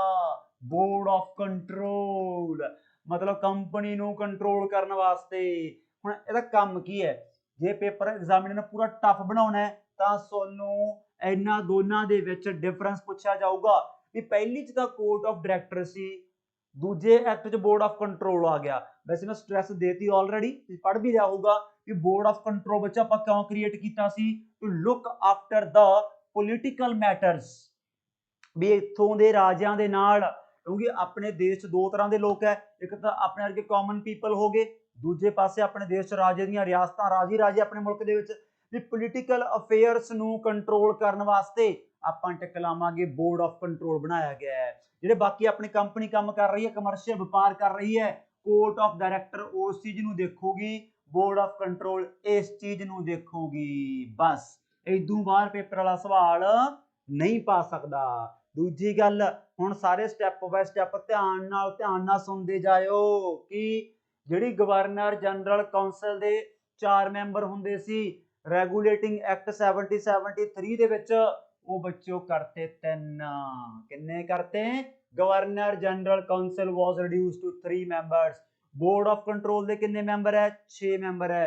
ਕੋਰਟ ਆਫ ਡਾਇਰੈਕਟਰ ਦੇ ਕਿੰਨੇ ਮੈਂਬਰ ਹੈ? 24 ਮੈਂਬਰ ਹੈ। ਦੂਜੀ ਗੱਲ, ਹੁਣ ਜਦੋਂ ਪੂਰਾ ਮੁੱਖ ਰੂਪ ਦੇ ਵਿੱਚ 1784 ਤੱਕ ਆਪਣੇ ਦੇਸ਼ ਨੂੰ ਗੋਰਿਆਂ ਦਾ ਕੰਟਰੋਲ ਜ਼ਿਆਦਾ ਵੱਧ ਗਿਆ, ਵੱਡੀਆਂ ਵੱਡੀਆਂ ਬੈਟਲਾਂ ਜਿੱਤ ਲਈਆਂ, ਬੈਟਲ ਆਫ ਪਲਾਸੀ ਬੰਗਾਲ ਦਾ ਨਵਾਬ ਚੱਕਤਾ, battle of Buxar central India ਚੱਕਤਾ, ਵਿਆਹ ਬੈਟਲਾਂ। ਹੋਰ ਦੇਖੋ ਜਿਹੜੀਆਂ ਆਪਦੀਆਂ ਗਵਾਂਢੀ ਪਾਵਰਾਂ ਸੀ, ਫਰਾਂਸ ਪਾਵਰ ਵੀ ਹਰਾਤੀ, ਪੁਰਤਗਾਲੀ ਤਾਂ ਪਹਿਲੇ ਖੁੱਲ ਤੇ ਸੀਗੇ, ਡੱਚ ਵਾਲੇ ਵੀ ਹਰਾਤੇ, ਸਾਰਿਆਂ ਦਾ ਡੱਡ ਮਤਲਬ ਕੀ ਹੈ? ਡੱਚ ਵੜਤਾ ਇਹਨਾਂ ਨੇ। ਤੇ ਇੱਥੇ ਇਸ ਐਕਟ ਤੋਂ ਬਾਅਦ ਜਦੋਂ ਉਹਨਾਂ ਨੇ ਪੋਲੀਟੀਕਲ ਅਫੇਅਰ ਵੀ ਕੰਟਰੋਲ ਕਰਨੇ ਸਟਾਰਟ ਕਰਤੇ, ਪਹਿਲਾਂ ਕਮਰਸ਼ੀਅਲ ਕੰਟਰੋਲ ਤਾਂ ਸੀਗੀ ਵੀ ਸਾਰਾ ਵਪਾਰ ਆਪਣੇ ਦੇਸ਼ ਗੋਰਾ ਪਾਰਟੀ ਕਰੀ ਜਾਂਦੀ ਹੈ, ਆਪਣਾ ਮੁਲਕ ਤਾਂ ਇਹਨਾਂ ਨੇ ਲੇਬਰ ਕੰਟਰੀ ਬਣਾਤਾ, ਆਪਣਾ ਮੁਲਕ ਜਿਹੜਾ ਬੱਚੋ ਇੱਕ ਐਗਰੀਕਲਚਰ ਲੈਂਡ ਸੀ ਇਹਨਾਂ ਨੇ ਲੇਬਰ ਲੈਂਡ ਬਣਾਤਾ। ਤੇ ਦੂਜੇ ਪਾਸੇ ਫਿਰ ਇਸ ਐਕਟ ਨਾਲ ਆਪਣੇ ਕੰਪਨੀਜ਼ ਦਾ, ਇਹ ਤੋਂ ਪਹਿਲਾਂ ਕੰਪਨੀਜ਼ ਦਾ ਮੇਨ ਰੋਲ ਸੀ ਨਾ, ਬਟ ਕੰਪਨੀਜ਼ ਨੂੰ ਸਰਕਾਰ ਦਾ ਰੋਲ ਵਧੀ ਜਾਂਦਾ ਹੈ, ਤਾਂ ਜਿਹੜਾ ਕੰਪਨੀ ਦੀਆਂ ਟੈਰੀਟਰੀਆਂ, ਅੱਗੇ ਇਹਨੂੰ ਕਹਿੰਦੇ ਸੀ ਕੰਪਨੀ ਟੈਰੀਟਰੀ ਬੰਗਾਲ 'ਚ ਹੈ, ਬੰਬੇ ਹੈ, ਫਲਾਨਾ, ਹੁਣ ਉਹਨੂੰ ਕੀ ਕਹਿਣ ਲੱਗ ਗਏ? ਬ੍ਰਿਟਿਸ਼ ਪੋਸੈਸ਼ਨਸ ਇਨ ਇੰਡੀਆ, ਵੀ ਸਾਰਾ ਕੁਝ ਯੂਕੇ ਦਾ ਬੱਚੋ। ਇਹ ਲੈਂਡ ਵੀ ਪਹਿਲੀ ਵਾਰ ਵਰਤੀ ਗਈ 1784 ਦੇ ਐਕਟ, ਵਿਲੀਅਮ ਪਿਟ ਲੈ ਕੇ ਆਇਆ ਸੀ ਪਿਟਸ ਇੰਡੀਆ ਐਕਟ। ਆਹ ਲੈਂਡ ਤਾਂ ਉਦੋਂ ਵੀ ਕੀਮਤੀ ਹੈ, ਆ ਗੋਲਾ ਘੱਟ ਕੰਮ ਕਰਦਾ, ਸਟਾਰ ਵਾਲਾ ਪੁਆਇੰਟ ਹੈ। The company's territories in India were for the first time called British possessions in India। ਸਮਝ ਗਏ? ਇਹ ਕੀਮਤੀ ਪੁਆਇੰਟ ਯਾਦ ਰੱਖਣੇ ਹੈ। ਸੋ ਓਵਰਆਲ ਕਿਤੇ ਨਾ ਕਿਤੇ ਪਹਿਲੇ ਦੋਨਾਂ ਐਕਟਾਂ ਨੇ ਪੂਰੀ ਸਟਰੋਂਗ ਫਾਊਂਡੇਸ਼ਨ ਰੱਖਤੀ ਤੇ ਕੰਪਨੀ ਲੱਗ ਗਈ ਫਿਰ ਚੱਲ ਪੱਟਣ। ਮੈਂ ਤੁਹਾਨੂੰ ਹੁਣੀ ਕੀ ਕਿਹਾ, ਕੰਪਨੀ ਦਾ ਕੰਮ ਕੀ ਹੈ? ਪ੍ਰੋਫਿਟ। ਲੋਕਾਂ ਵੱਲ ਕੋਈ ਧਿਆਨ ਨਹੀਂ, ਲੋਕ ਨਿਚੋੜਤੇ, ਲੋਕਾਂ ਦੇ ਹੱਡ ਨਿਕਲੇ, ਸਾਰਾ ਮੁਲਕ ਸੁਕਾਤਾ, ਕੋਈ ਸਿਸਟਮ ਨਹੀਂ, ਕੋਈ ਲੈਣ ਨਹੀਂ, ਕੋਈ ਦੇਣ ਨਹੀਂ, ਸਾਰੇ ਮੁਲਕ 'ਚ ਫੈਕਟਰੀਆਂ ਦਾ ਢੇਰ ਲਾਤਾ ਬੱਚੋ। ਨਿੱਕੇ ਨਿੱਕੇ ਬੱਚੇ ਸਾਰੇ ਮੁਲਕ ਦੇ ਫੈਕਟਰੀਆਂ ਕੰਮ ਕਰਨ ਲੱਗ ਗਏ, ਔਰਤਾਂ 14 ਘੰਟਿਆਂ ਸ਼ਿਫਟ ਲੈ ਕੰਮ ਕਰਨ ਲੱਗ ਗਈਆਂ, ਦੇਸ਼ ਨਾਸ ਮਾਰਤਾ ਇਹਨਾਂ ਨੇ। ਕੰਪਨੀ ਕੰਟਰੋਲ ਪੂਰਾ ਕਰ ਗਈ। ਉਧਰੋਂ ਬ੍ਰਿਟਿਸ਼ ਸਰਕਾਰ ਵੀ ਆਪਦੇ ਪੋਲੀਟੀਕਲ ਅਫੇਅਰ ਸਟਾਰਟ ਕਰਤਾ ਉਹਨਾਂ ਨੇ ਬੋਰਡ ਆਫ ਕੰਟਰੋਲ ਦੇ ਨਾਲ। ਤੇ ਅਖੀਰਕਾਰ ਫਿਰ ਬਸ ਇਹਨਾਂ ਨੇ ਹੁਣ ਚਾਰਟਰ ਐਕਟ ਲਿਆਂਦਾ ਆਫ 1793। ਚਾਰਟਰ ਐਕਟ ਸਿੰਪਲ ਹੈ ਵੀ ਆਪਣੇ ਮੁਲਕ ਦੀ ਛਿੱਲ ਪੱਟਣ ਵਾਸਤੇ ਕੰਪਨੀ ਨੂੰ ਅਧਿਕਾਰ ਦਿੱਤਾ ਵੀ 20 ਸਾਲਾਂ 'ਚ ਚੱਕ ਦੋ ਫੱਟੇ, ਤੁਹਾਡੀ ਮੋਨੋਪੋਲੀ ਹੈ ਇਸ ਮੁਲਕ ਦੇ ਵਿੱਚ ਵੀ ਇੰਨੀ, ਕਿਉਂਕਿ ਇਸ ਐਕਟ ਨੇ ਅਥੋਰਾਈਜ਼ ਕਰਤਾ ਬੱਚੋ ਕੰਪਨੀ ਨੂੰ ਵੀ to carry on the trade with India for next 20 years. ਵੀ ਇੱਥੋਂ ਕੀ ਪਤਾ ਲੱਗਦਾ ਹੈ ਵੀ ਇਸ ਐਕਟ ਨੇ ਆਪਣੀ ਉਸ ਇੱਕ ਕੰਪਨੀ ਦੀ ਮੋਨੋਪੋਲੀ ਬਣਾਤੀ। ਮੋਨੋਪੋਲੀ ਬਣਾਤੀ ਦਾ ਮਤਲਬ ਕੀ ਹੁੰਦਾ ਹੈ ਵੀ ਤੁਸੀਂ ਹੀ ਇਸ ਮੁਲਕ 'ਚ ਵਪਾਰ ਕਰਨਾ ਹੈ, ਹੋਰ ਕੋਈ ਨਹੀਂ ਆਊਗਾ ਤੁਹਾਡੇ ਵਿੱਚ ਇੱਥੇ ਹੋਰ ਵਪਾਰ ਕਰਨ ਵਾਸਤੇ, ਤੁਸੀਂ ਇਕੱਲੇ ਨਹੀਂ ਕਰਨਾ। ਤਾਂ ਬਦਲੇ ਵਿੱਚ ਆਹ ਦੇਖੋ ਤੁਸੀਂ, ਇਹਨੂੰ ਕਹਿੰਦੇ ਆ ਬਦਲੇ ਦੇ ਵਿੱਚ ਕੰਪਨੀ ਪੇ ਕਰੂਗੀ 5 ਲੱਖ ਬ੍ਰਿਟਿਸ਼ ਪਾਉਂਡਸ। ਸਹੀ ਹੈ ਨਾ? Very good.